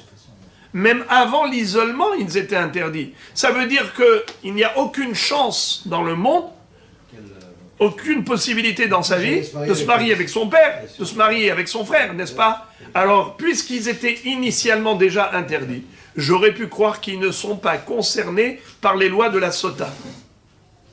On ne peut appliquer les règles de la Sota qu'à un homme qui était permis et qui maintenant est devenu interdit à cause du Yihoud, à cause de cet isolement. Mais quelqu'un qui de toutes les façons était interdit depuis toujours, comme son père, comme son frère, alors l'isolement n'a rien rajouté de plus. Il n'y a pas eu de venitma'a. Venitma'a. Le venitma'a, pourquoi ces 2 verbes? Et had la baal, le mari, ça, il ne peut plus vivre avec elle, elle est impure pour lui, il faut qu'il donne le guet. Venitma'a, et même après le guet, elle ne peut pas se marier avec son amant. Son amant, c'était un étranger, elle aurait pu se marier si elle n'avait pas eu d'aventure avec lui. Mais maintenant qu'elle a eu une aventure avec lui pendant qu'elle était mariée, c'est ce qui a fait que même après son guet, après son divorce, elle ne peut pas l'épouser. Ça veut dire que cet homme qui était potentiellement mariable est devenu concrètement non mariable. Elle ne peut pas se marier avec lui. Tandis que son père ou son frère, depuis le début, depuis toujours, ils étaient interdits pour elle. L'isolement avec papa ou l'isolement avec le frère n'a rien changé au niveau du mariage entre eux. Ils étaient toujours interdits de mariage. Une fille ne peut pas se marier avec son père, ne peut pas se marier avec son frère. Alors j'aurais pu croire que les lois de la Sota ne s'appliquent pas au père, ne s'appliquent pas aux frères, parce qu'ils étaient de toutes les façons interdits. C'est pour cela que vient la Mishnah nous dire, oui, Aliede kol arayot mekanim, le kinouï est valable. Et cette femme qui s'est isolée avec son père alors que son mari lui a interdit, elle est interdite désormais à son mari jusqu'à ce qu'elle aille boire le breuvage au Beth Amikdash. Il est interdit de s'isoler avec son frère, eh bien ça marche. Cet isolement la rend interdite à son mari jusqu'à ce qu'elle aille boire de l'eau au Beth Amikdash pour prouver qu'elle n'a pas eu de relation avec son frère. Ça veut dire que on aurait pu croire que les lois de la Sota ne s'appliquent pas vis-à-vis des Harayot, car ils sont de toutes les façons interdits, et c'est ça le Hidouch de la Mishnah, que malgré tout, bien qu'ils étaient déjà interdits auparavant, s'il a averti, maintenant il ne pourra plus, lui-même, le mari, vivre avec sa femme, puisqu'elle s'est isolée avec cet homme, son père ou son frère, contre son gré. Eh bien, pour lui, elle sera interdite, cette femme, jusqu'à ce qu'il aille au Beth Amikdash. La Mishnah continue, et elle nous dit « Chutz mina katan », c'est-à-dire, le mari, s'il a mis sa femme en garde, il lui a dit « Je t'interdis de t'isoler avec cet enfant », eh bien, ça ne marche pas. Elle n'aura pas le digne de la sota. Même si elle s'est isolée avec cet enfant, elle n'est pas interdite à son mari et elle n'ira pas au Beth Amikdash pour boire. Pourquoi? Parce qu'il est écrit Ish Amara Hamana Veshachav Ish Otar. Veshachav Ish Otar. C'est-à-dire que c'est un homme qui a une relation sexuelle avec elle, mais pas un enfant. Velo Katan. Alors on a vu la marloquette. Qu'est-ce que ça veut dire Velo Katan? D'après certains, Velo Katan, c'est celui qui a moins de 9 ans, qui n'est pas viril. Alors en effet, mais s'il a plus de 9 ans et un jour, puisqu'il est viril, il est considéré Ish pour ce qui est du domaine sexuel. Par contre, d'autres disent que non. Ish ici, c'est stricto sensu, bar mitzvah. Et s'il est moins de bar mitzvah, alors, même si elle s'est isolée avec lui, elle n'a pas le statut de sota. Et donc le mari, il n'amène pas au Beth Amikdash, pas besoin de tout ça. Elle n'est pas interdite à son mari, car elle s'est isolée qu'avec un enfant. Tov. Alors maintenant, la Gemara nous explique comme ça. Chutz mina katan, la Mishnah nous a dit que l'isolement avec le katan n'a pas d'impact. La Gemara nous dit d'où on l'apprend. Ish amara hamana velo katan. C'est uniquement ish, et comme Rashi le dit, veshachav ish ota velo katan. Maintenant, ce qui nous intéresse, c'est la halacha nouvelle. Veshe eno ish. Dans la Mishnah, il est écrit que pareillement, si elle s'est isolée avec quelqu'un qui n'est pas ish, eh bien, elle n'aura pas le statut de sota, puisqu'il est écrit ish, velo eno ish. Qui on veut exclure? La Gemara demande les maoutémaï. Avec qui elle s'est isolée qui ne s'appelle pas ish? Si c'est un katan, ça y est, on l'a déjà dit. Maintenant, tu dis aussi quelqu'un qui n'est pas ish. C'est qui celui-là? Les maoutémaï. Et l'ima les maouté shahouf. Si on parle d'un cas où elle s'est isolée avec un homme impuissant, un shahouf, c'est quelqu'un qui n'a pas d'érection. Il est impuissant. Alors, Vea Amar Shemuel, Shahouf Mekanin Aliado, même quelqu'un qui a une maladie d'impuissance, il n'a pas de virilité, malgré tout, le mari, s'il a dit à sa femme, je t'interdis de t'isoler avec ce monsieur, bien qu'il soit connu médicalement comme étant Shahouf, il a la maladie de la Shahefet, c'est comme ça Rachid dit,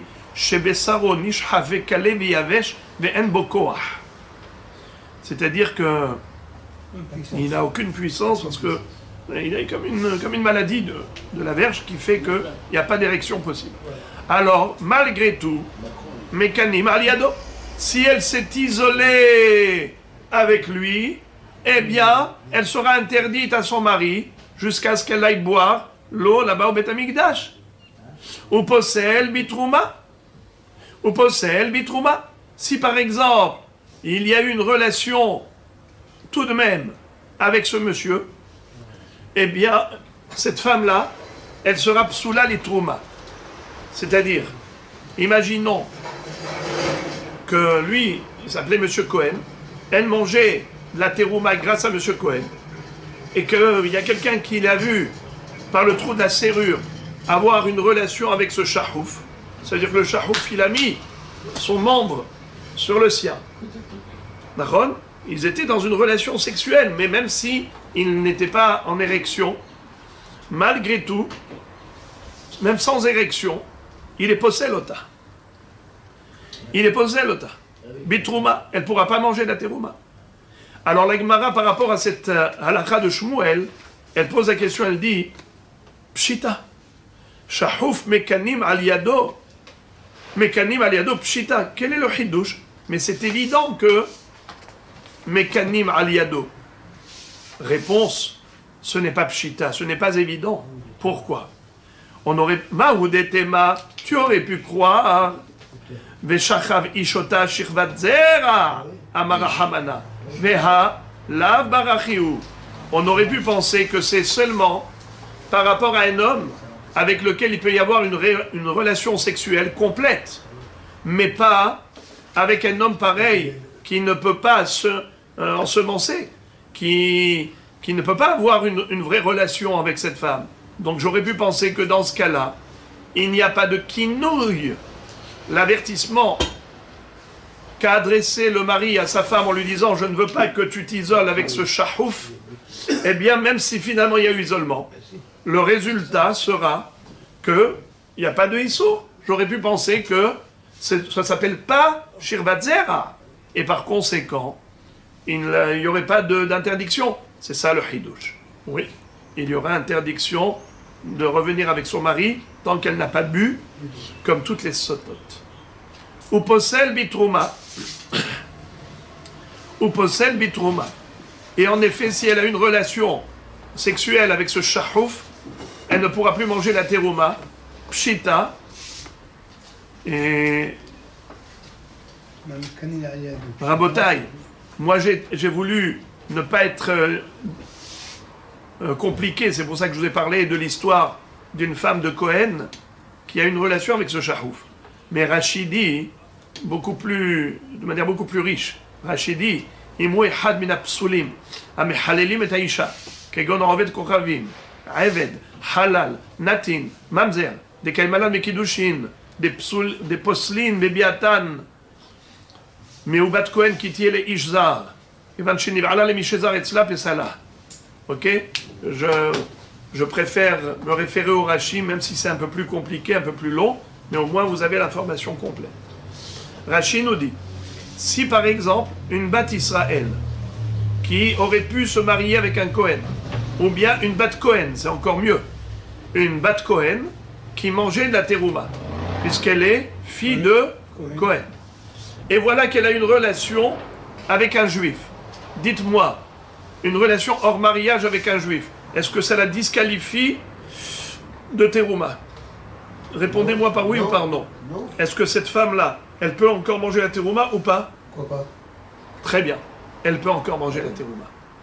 Cette femme-là, elle a une relation hors mariage avec un juif, cette Bat Cohen, elle n'est pas halala, elle n'est pas azona, parce qu'on ne va pas d'après le Mandé Amar qui dit que même Betula, même une femme qui n'est... Il y a un Mandé Amar qui dit que même une relation hors mariage, ça la rend zona. Mais on n'est pas posé que la halakha comme ça. Donc, cette jeune fille Kohenette célibataire, qui a une relation sexuelle hors mariage avec un juif, elle peut toujours manger la terouma. Est-ce qu'elle peut se marier avec un Kohen? Répondez-moi par oui ou par non. Eh bien oui, elle peut se marier avec un Kohen. Par contre, si elle a une relation sexuelle avec un Goy, est-ce qu'elle pourra se marier ensuite avec un Kohen? Non. Non. Si elle a une relation avec un Eved, Kenaani, est-ce qu'elle pourra ensuite se marier avec un Kohen? Non. Si elle a une relation avec un Mamzer, est-ce qu'elle pourra se marier? Non. Eh bien, pareil, Natin, Halal, même avec Halal, tous ceux-là, tous ceux avec qui elle n'a pas le droit de se marier, si elle a une relation sexuelle hors mariage avec eux, eh bien elle est devenue halala, elle est devenue psoula, et elle ne pourra ni manger la terouma désormais, et ni se marier avec un Kohen. Ok, c'est clair? C'est pas shoot. Rashi nous dit, cette halakha, elle est valable, même si ce goy, ou ce eved kenaani, ou ce halal, ou ce mamzer, ou ce natin, c'était des gens qui étaient shahouf. Ça veut dire des gens qui avaient une maladie d'impuissance. Ils n'ont pas d'érection possible.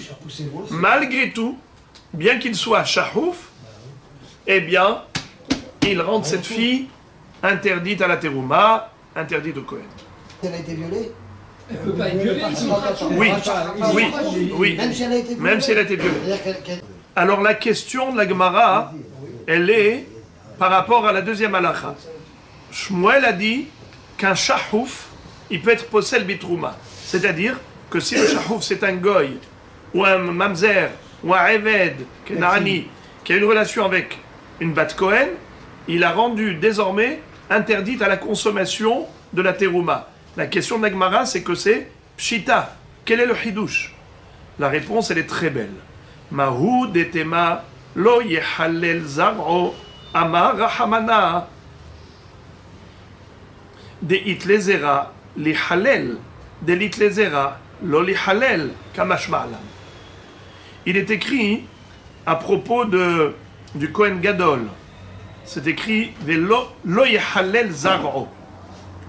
Velo yehalel zar'o be'amav ki ani Hashem mekadesho. Pourquoi il est écrit Lo Yahallel avec deux lamed? On aurait pu écrire Lo Yahel Zaro, comme Lo Yahel Devaro. Lo Yahel Zaro. Pourquoi il est écrit de Hilulim? C'est pour dire que la femme devient halala et le zera devient halal. Lorsqu'une bat Kohen a une relation avec un homme qui lui était interdit, déjà elle-même devient halala. Elle ne peut plus manger la terouma, et même la descendance à laquelle elle donnera naissance seront des halalim, comme elle.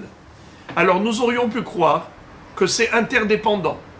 Si sa descendance est halal, alors elle aussi elle est halala. Mais si elle ne peut pas avoir de descendance halal, alors elle ne deviendra pas halala. Un homme shahouf, qui est impuissant, ne peut pas avoir des enfants avec elle. Donc, il ne peut pas rendre sa descendance à elle, avec lui, halalim, puisque il ne peut pas avoir de zera. Alors on aurait pu penser qu'étant donné qu'elle ne peut pas avoir de zera avec ce shahouf, qui est soit goy, soit mamzer, soit natin, halal, alors j'aurais pu penser que comme elle ne peut pas avoir de zera avec lui, alors elle ne deviendra pas halala. Puisque la Torah dit Lo Yahallel de Lamed. Lo Yahallel Ota Velo Zara. Alors j'aurais pu penser, s'il y a un Zera possible, alors il y a une Halala possible. Mais s'il n'y a pas de Zera, alors elle non plus ne devient pas Halala. C'est ce qu'on aurait pu croire par erreur. Eh bien c'est pour cela que Shmuel vient te retirer cette erreur. Et il te dit non, non, non, non. Ne fais pas cette erreur, ne te méprends pas dans la compréhension du Passouk. Elle deviendra halala, et par conséquent, elle ne mangera plus la terouma, cette bat Kohen, qui a une relation interdite avec le shahouf. Alors, on est toujours dans notre recherche. Si c'est ainsi que le shahouf, il est en effet un homme interdit, c'est-à-dire qu'on ne peut pas avoir une relation avec un shahouf, une femme mariée, si elle s'est isolée avec un shahouf, c'est évident qu'elle devient interdite à son mari, puisque son mari lui a dit « Je t'interdis de t'isoler avec lui ». Et c'est sûr qu'il peut aller lui faire boire au Beth Amikdash cette boisson. Alors comment la Mishnah a pu dire « O Mishe eno ish » un homme qui n'est pas ish, et on a cru qu'il n'est pas ish dans le sens de la virilité, pour exclure le shahouf. C'est impossible, car même le shahouf rend cette femme interdite. Alors, de qui on parle quand on a dit eno ish? Elle s'est isolée avec quelqu'un qui n'est pas qualifié de ish. Shkon hadak. Mais non, on vient de dire que le shahouf c'est un ish. Il n'est pas exclu. On vient de dire qu'il interdit la femme. Donc c'est sûr qu'il n'est pas exclu. Alors c'est qui l'homme qui est exclu? Bravo. Mais Katan on l'a déjà dit. Alors maintenant il faut trouver à qui la Mishnah faisait allusion. Ve'ela les maoté Oved Kochavim. La Gemara dit l'idolâtre. Peut-être que l'idolâtre ne s'appelle pas Ish. À nos yeux, Oved Kochavim n'est pas considéré un Ish. Comme il est écrit, Adam Atem Tsoni Vetson Mariti Atem Kouim Adam Venumot Haolam Kouim Adam. Alors peut-être que le Oved Kochavim ne rend pas la femme interdite. C'est-à-dire la femme sota. Il ne rend pas la femme sota. La Gemara dit c'est impossible de dire une chose pareille. Pourquoi? Veha amar Rav Hamnuna. Oved Kochavim mekanim al yado ou poslim bitroma ou posel bitroma. Rav Hamnuna dit clairement qu'on peut faire kinouille.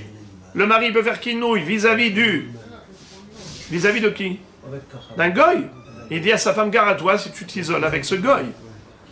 Et en plus, possède bitrouma. Si le goy a une relation avec une bat Cohen, il la rend désormais interdite à la consommation de la terouma. Alors je comprends pas.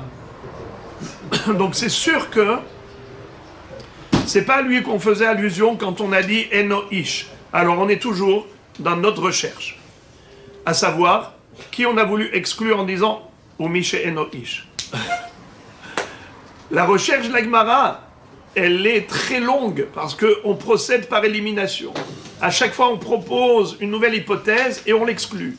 Nouvelle hypothèse, on l'exclut. Seulement, à chaque fois qu'on a parlé d'une nouvelle hypothèse, on a ouvert une parenthèse.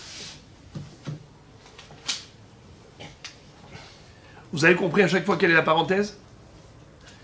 Tu me dis, peut-être qu'on parle d'un goy.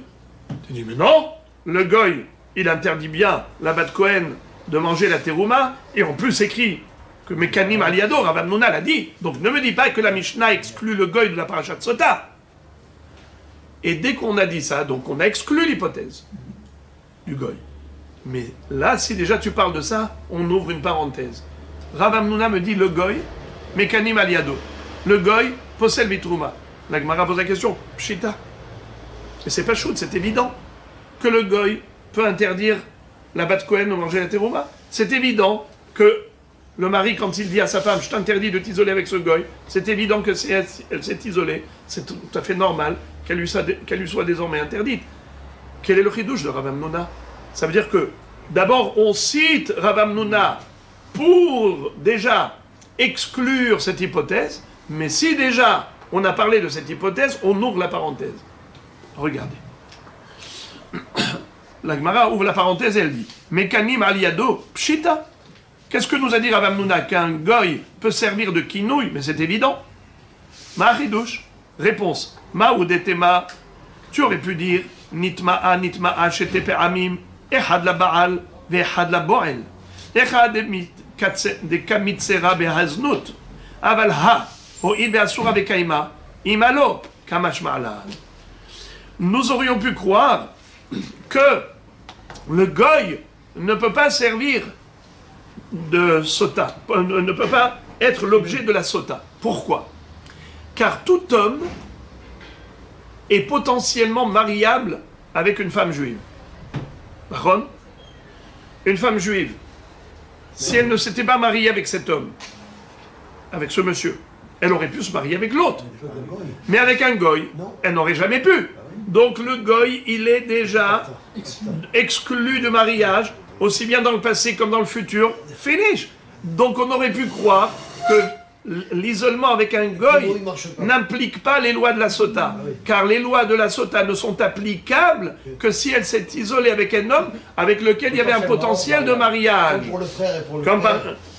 exactement, c'est la même réfutation qu'on avait donnée pour le frère et le père. Bravo. C'est pareil pour le goy. Étant donné que le goy n'est pas mariable à aucun moment et pour personne, eh bien, c'est là le hiddouche, c'est de nous dire que malgré tout, il peut servir pour la sota. C'est-à-dire, il peut faire l'objet de la sota, puisque lui, le mari, lui a dit, je t'interdis de t'isoler avec ce goy, et elle s'est isolée avec le goy, malgré tout, elle devient sota, elle devient interdite à son mari, et elle devra boire pour prouver son innocence. Encore, qu'est-ce qu'il a dit? Ou possède Betrouma, la relation avec le goy, elle rend la bat Cohen interdite à la terouma. Là encore, c'est pshita. C'est évident que le goy qui a une relation avec une bat Cohen, il interdit à la terouma. Réponse, ma ou detema, tu aurais pu croire, ou bat Cohen qui tiel ish zar amar hamana, de bar havaya, in, de lav baravaya, lo, kamash ma'lan, de pasil, mais de Rabbi Yohanan. de amar Rabbi Yohanan, mishum Rabbi Ishmael, minayin le'oved kochavim ve'eved שבאו על הכהנת ועל הלביאה ועל בת ישראל שפסלוה. שנאמר ובת כהן כי תהיה אלמנה וגרושה. מי שיש לו אלמנות וגירושין בה, יצאו עובד כוכבים ועבד, שאין לו אלמנות וגירושין בה. C'est-à-dire, quel est le din si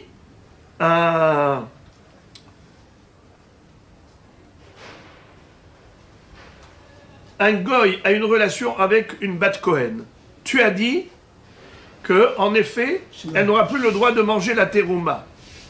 La Gemara dit que pourquoi c'est un chidouche? Parce que nous aurions pu croire que le pasuk qui nous dit ou bat Cohen qui tiele ishzar, ce pasuk là, il est dit hi betrumat hakodashim lotochel, une femme qui s'est bat Cohen qui s'est mariée avec un Israël ou avec un Lévi, elle ne s'appelle plus demoiselle Cohen, mais elle s'appelle Madame Israël, Madame Lévi, elle ne peut plus manger la terouma. Pourquoi? Parce qu'elle s'est mariée avec un Ish Zar. C'est quoi Ish Zar? Non! Un homme étranger à la Keuna, comme un Israël. Il s'appelle étranger à la Keuna. Un Lévi, il est étranger à la Keuna. Donc ça s'appelle Bat Cohen qui tient les Ish Zar. Alors elle ne pourra plus manger la terouma de son père. Alors maintenant, quand la Torah nous dit Ish Zar, si elle va avec un goy, est-ce qu'un goy peut l'épouser? Est-ce qu'il existe un mariage avec un goy? Un goy dirait à une femme, à une fille juive, ça marche? L'autofesse. Hulo bar havaya. Comment on appelle les kiddushin dans la Torah? Bravo. À chaque fois qu'on parle du verbe être pour une femme dans la Torah, ça s'appelle kiddushin. Par exemple, encore, il y a plusieurs fois dans la Torah, dès qu'on veut parler des kiddushin d'une femme, on appelle tihye le ish.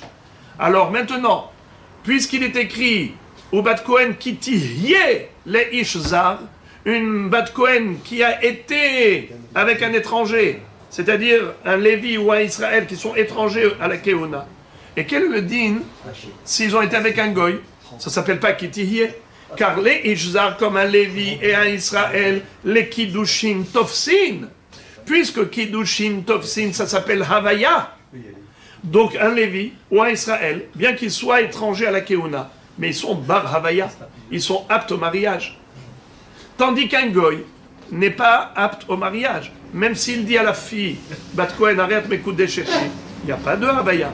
Alors on aurait pu croire qu'il ne la rend pas, qu'il ne la disqualifie pas. C'est ce qu'on aurait pu croire. Kamash Marlan, des passiles. Oui, même le goy, il est possède la Bat Cohen. Il a une relation avec elle, ça y est, il a rendu psoula. Et d'où on l'apprend? Dans l'enseignement suivant de Rabbi Hanan ou de Rabbi Ishmael, qui a dit Minayin le Rovet Kochavim ve'Evet Shebaou al Bat Israël, pardon, Shebaou al Kohenet, Bal Alvia ve'al Bat Israël, chez Pesaloua.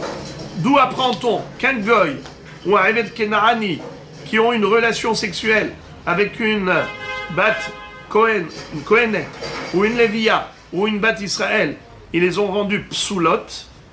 On l'apprend du pasuk ou Bat Kohen qui tiye almana ou grusha. Mi sheshlo almanot ou gerushin ba. Yatzou ovet kochavim ve'evet shenlo almanot ve'gerushin ba. C'est-à-dire, vous savez que une femme qui était mariée à un Lévi ou à un Israël, même si elle était Bat Kohen, elle ne peut plus manger la terouma. Mais quel est le din si elle a divorcé ou bien le mari est mort? Je répète, une Bat Kohen qui était mariée à un Israël ne peut plus manger la terouma. Maintenant, le Israël est mort, où il lui a donné le guet. Elle retourne chez son père. Est-ce qu'elle peut manger la terouma? Bravo. Ça dépend si elle a des enfants ou pas. La Torah nous dit que si elle a des enfants, elle ne peut plus. Mais si elle n'a pas eu d'enfant avec ce Israël, elle retourne chez son père, Beshava el Betavia kin Orea. Très bien. Rabotai, comment la Torah l'appelle? Almana ou Grusha. Veuve ou divorcée. Ça veut dire son mari Israël est mort, elle est veuve. Son mari Israël lui a donné le guet, elle est divorcée.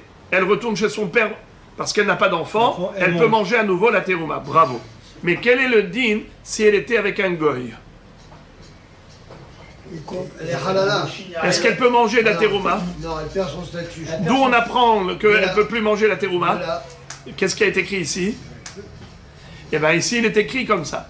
Almana, Veisha Kitiye Almana ou Grusha. C'est seulement si elle était mariée à un Israël, et donc le Israël il meurt, ou il lui donne le guet, elle devient veuve, ou bien elle devient divorcée. Mais s'il était avec un goy, comme il n'y a pas eu de kiddushin, il ne peut pas y avoir de kiddushin avec un goy, il ne peut pas y avoir de veuvage ni de divorce.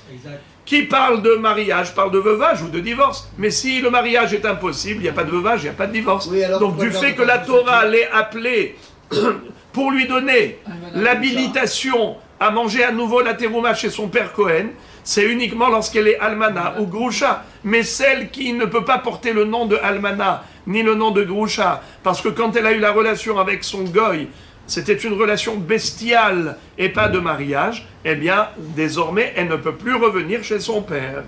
Et donc, elle ne mangera plus la terouma. Donc, voilà le hiddouche, malgré tout, de nous dire que le goy est possède de la terouma. Mais tout ça, c'est une parenthèse, car l'hypothèse goy a déjà été exclue depuis le début, puisqu'on a dit que mécanim aliado. Alors, c'est qui ne peut pas être l'objet de sota, de kinouï? La Gemara dit, c'est Behema. Si un homme dit à sa femme, je t'interdis de t'isoler avec le chien, eh bien, ça n'aura pas d'effet, ça n'aura pas d'effet. Amarav papa limaute behema. De enznut ba behema. Si elle a une relation zoophile avec la behema, certes, elle sera hayevet mita, c'est sûr. On sait très bien que s'il y avait des témoins qui l'avaient averti de ne pas avoir des relations avec une bête, eh bien, si elle a transgressé, elle sera hayevet mita, ça on le sait, mais ça ne s'appelle pas znout. C'est une relation zoophile, mais ça ne rentre pas dans le cadre des relations entre humains. Et par conséquent, il n'y a pas le digne de sota. Si le mari dit à sa femme, je t'interdis de t'isoler avec ce chien, et après elle s'est isolée avec lui, il n'y a pas le digne que maintenant elle va être interdite à son mari jusqu'à ce qu'il l'amène au Beth Amikdash pour lui faire boire. Il n'y a pas de ça. Le digne de kinouï n'existe pas vis-à-vis d'un katan et n'existe pas vis-à-vis d'une behema. C'est ça la kavana de la Mishnah quand elle a dit Ve'eno ish. Alors la Gemara maintenant va ouvrir une parenthèse et elle va dire Amarle Rava miparzikia le Rav Ashi mina milta de amur abanan et znut ba behema. D'où les Chachamim ont déduit ce principe que la relation zoophile ne s'appelle pas relation sexuelle par rapport à znout, pour l'appeler zona, pour que la femme elle soit sota et ainsi de suite. Il n'y a pas de digne de sota avec une behema. D'où on apprend tout ça? Dirtiv, lot avi et nanzona ou mechir kelev bet Hashem elokecha ki toavat Hashem gam shenehem. La Torah dit qu'on ne peut pas offrir comme sacrifice,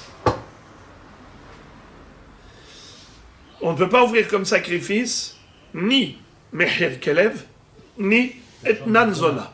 C'est quoi Etnan Zona? Monsieur a été voir une prostituée.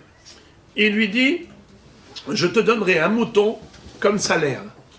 Et donc, elle a reçu le mouton comme salaire. Maintenant, cette Zona, elle a fait teshuva. Elle veut venir maintenant au Beth Amikdash offrir ce mouton comme sacrifice. Est-ce possible? Réponse, non. Pourquoi? Car il est répugnant, il est abominable. C'est une Toravat Hashem, puisque c'est un échange de znout. Elle a obtenu comme échange de znout. Alors, il n'est pas soul. Ça s'appelle Etnan Zona. Ou encore, Mechir Kelev. C'est quelqu'un qui fait du troc. Il dit, dis-moi, tu ne veux pas me vendre ton chien? Il lui dit, écoute, tu sais quoi, au lieu de me payer de l'argent, j'ai vu que toi, tu as un très beau mouton. Donne-moi le mouton, moi, je te donne le chien. Ils ont fait du troc. Maintenant, celui qui a reçu le mouton en échange du chien, peut-il l'offrir comme sacrifice au Beth Amikdash? Réponse, non. Ça s'appelle Mechir Kelev, la monnaie d'échange du chien. Alors, quels sont les deux moutons qui sont disqualifiés? Etnan Zona, la monnaie de la Zona, ça veut dire le prix de la Zona en mouton, en nature, ou bien le troc du chien. Pour un mouton, c'est assour. Maintenant, quel est le din si c'était l'inverse? Betania, Etnan Kelev ou Mechir Zona, Mutarin, Sheneemar, Gam Shenehem, Shenaim, Velo Arba'a. Rabotai, là je vais vous choquer. Je vais vous choquer. Etnan Kelev. le cadeau qu'on donne à une prostituée pour qu'elle ait une relation avec un chien.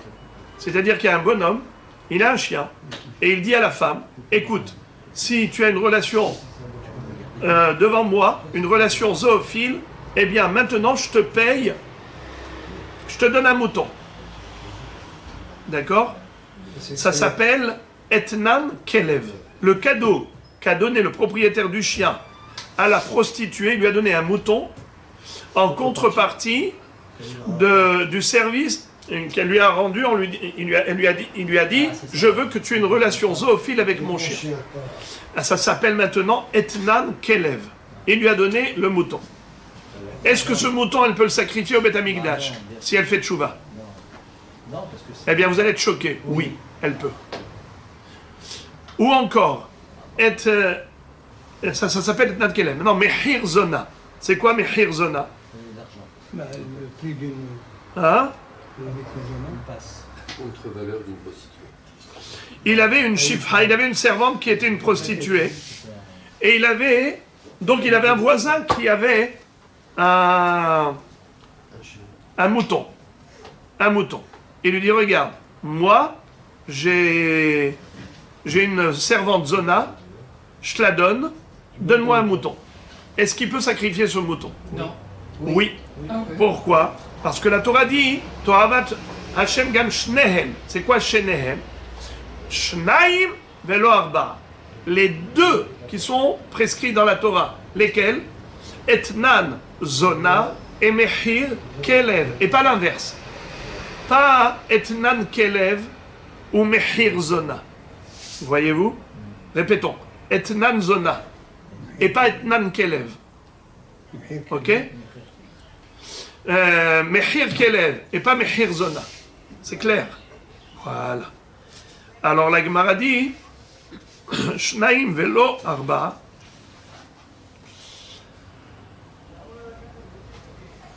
Ça, on a fermé la parenthèse. La Gemara maintenant, elle a terminé son travail. C'est quoi le travail? C'était la recherche. Laquelle? Il est écrit que le kinouï ne fonctionne pas avec celui qui ne s'appelle pas Ish. On a déjà exclu le katan. Alors c'est qui qu'on exclut encore?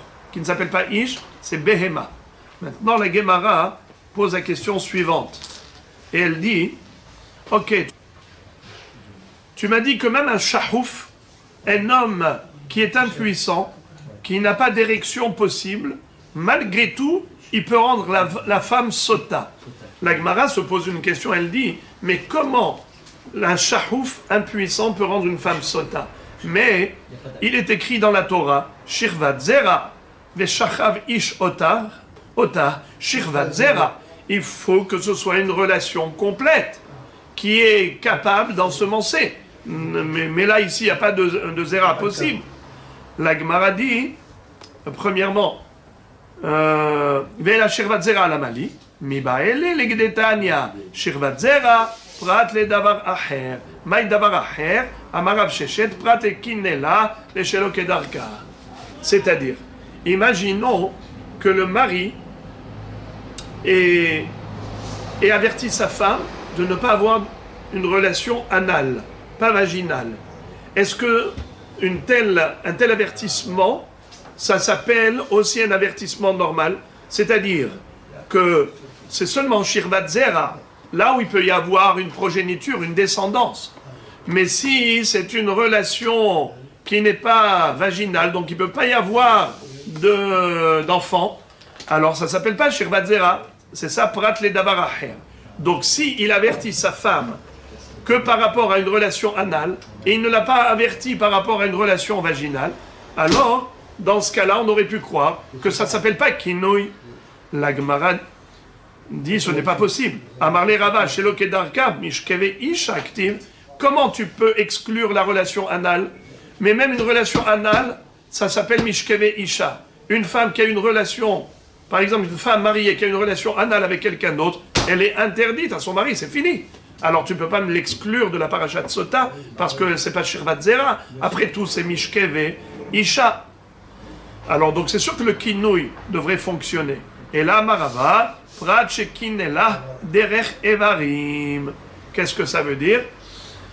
Le mari, il a averti sa femme, il lui a dit « Je ne veux pas que tu t'isoles avec cet homme pour avoir une relation avec lui de membres. » Ça s'appelle des attouchements sexuels. C'est-à-dire que il ne lui a pas parlé ni de relation vaginale, ni de relation anale, parce que ça, c'est sûr que ça la rend interdite à son mari. Mais il lui a dit « Derech Evarim ». Par exemple, toutes sortes de caresses avec les autres membres de son corps. Donc ces attouchements-là, ça s'appelle des Rechevarim. Est-ce que le kinouï est valide? La réponse, elle est que le kinouï n'est pas valide. Et c'est ça ce qu'on a voulu exclure en disant Shirvat Zera, puisqu'on ne peut pas avoir des enfants s'ils ont eu juste des contacts par le biais des membres. Il ne peut pas y avoir des enfants. C'est ça qu'on a voulu exclure. Abaye dit, mais c'est évident que c'est exclu. Amarle Abaye Pritsuta Beralmaï, au Pritsuta Miasara Hamana. Quel rapport? C'est évident que il ne peut pas y avoir de kinouï par rapport à Evarim, car Evarim, c'est juste la Pritsut. Ça ne s'appelle pas une relation sexuelle. C'est évident qu'elle n'est pas interdite à son mari. Si elle a touché le sexe de quelqu'un avec un autre membre, avec sa main ou autre, c'est sûr que ça s'appelle que la Pritsut. Elle ne sera pas interdite à son mari pour autant. Alors quel est l'intérêt de dire que la Torah a écrit Shirvat Zera pour dire c'est seulement si elle a eu... Elle aurait pu avoir une relation sexuelle qui amène du Zera, qui amène une descendance. Or, si c'est Derech Evarim, il ne peut pas y avoir de descendance. Avec sa main, il n'y aura pas d'enfant. Alors, ça c'est évident que c'est exclu. Pourquoi? Je n'ai pas besoin d'écrire les mots Shirvat Zera pour l'exclure, parce qu'en soi, c'est juste la Pritsut. C'est juste la Pritsut. Ça ne peut pas interdire une femme à son mari. Donc, pourquoi est-ce que la Torah avait besoin d'écrire le mot Shirvat Zera? Et là, Amar Abaye, Prat Shekinela bin Shika. Abaye dit, au cas où il a fait le kinouï bin Shika. Qu'est-ce que ça veut dire bin Shika? Ce que la Torah a voulu exclure, c'est Neshika. C'est pas comme vous traduisez embrasser un baiser. C'est pas de ça qu'on parle. Parce que ça aussi, c'est sûr que c'est Pritsuta Be'alma, ça peut pas rendre une femme interdite à son mari. On parle de Neshikat Ever, c'est-à-dire des attouchements des organes génitaux. L'appareil génital de l'homme et l'appareil génital de la femme étaient en contact direct. Mais là, il n'y a pas eu de pénétration. Donc il ne peut pas y avoir de zéra. On le sait, c'est avec le... Et c'est ça ce que la Torah vient exclure. Que c'est seulement si il y aurait pu y avoir Shirvat Zera. Et là, dans ce cas-là, il ne peut pas y avoir de zéra, puisque ça reste externe. Les organes génitaux sont en contact externe, il ne peut pas y avoir d'enfant.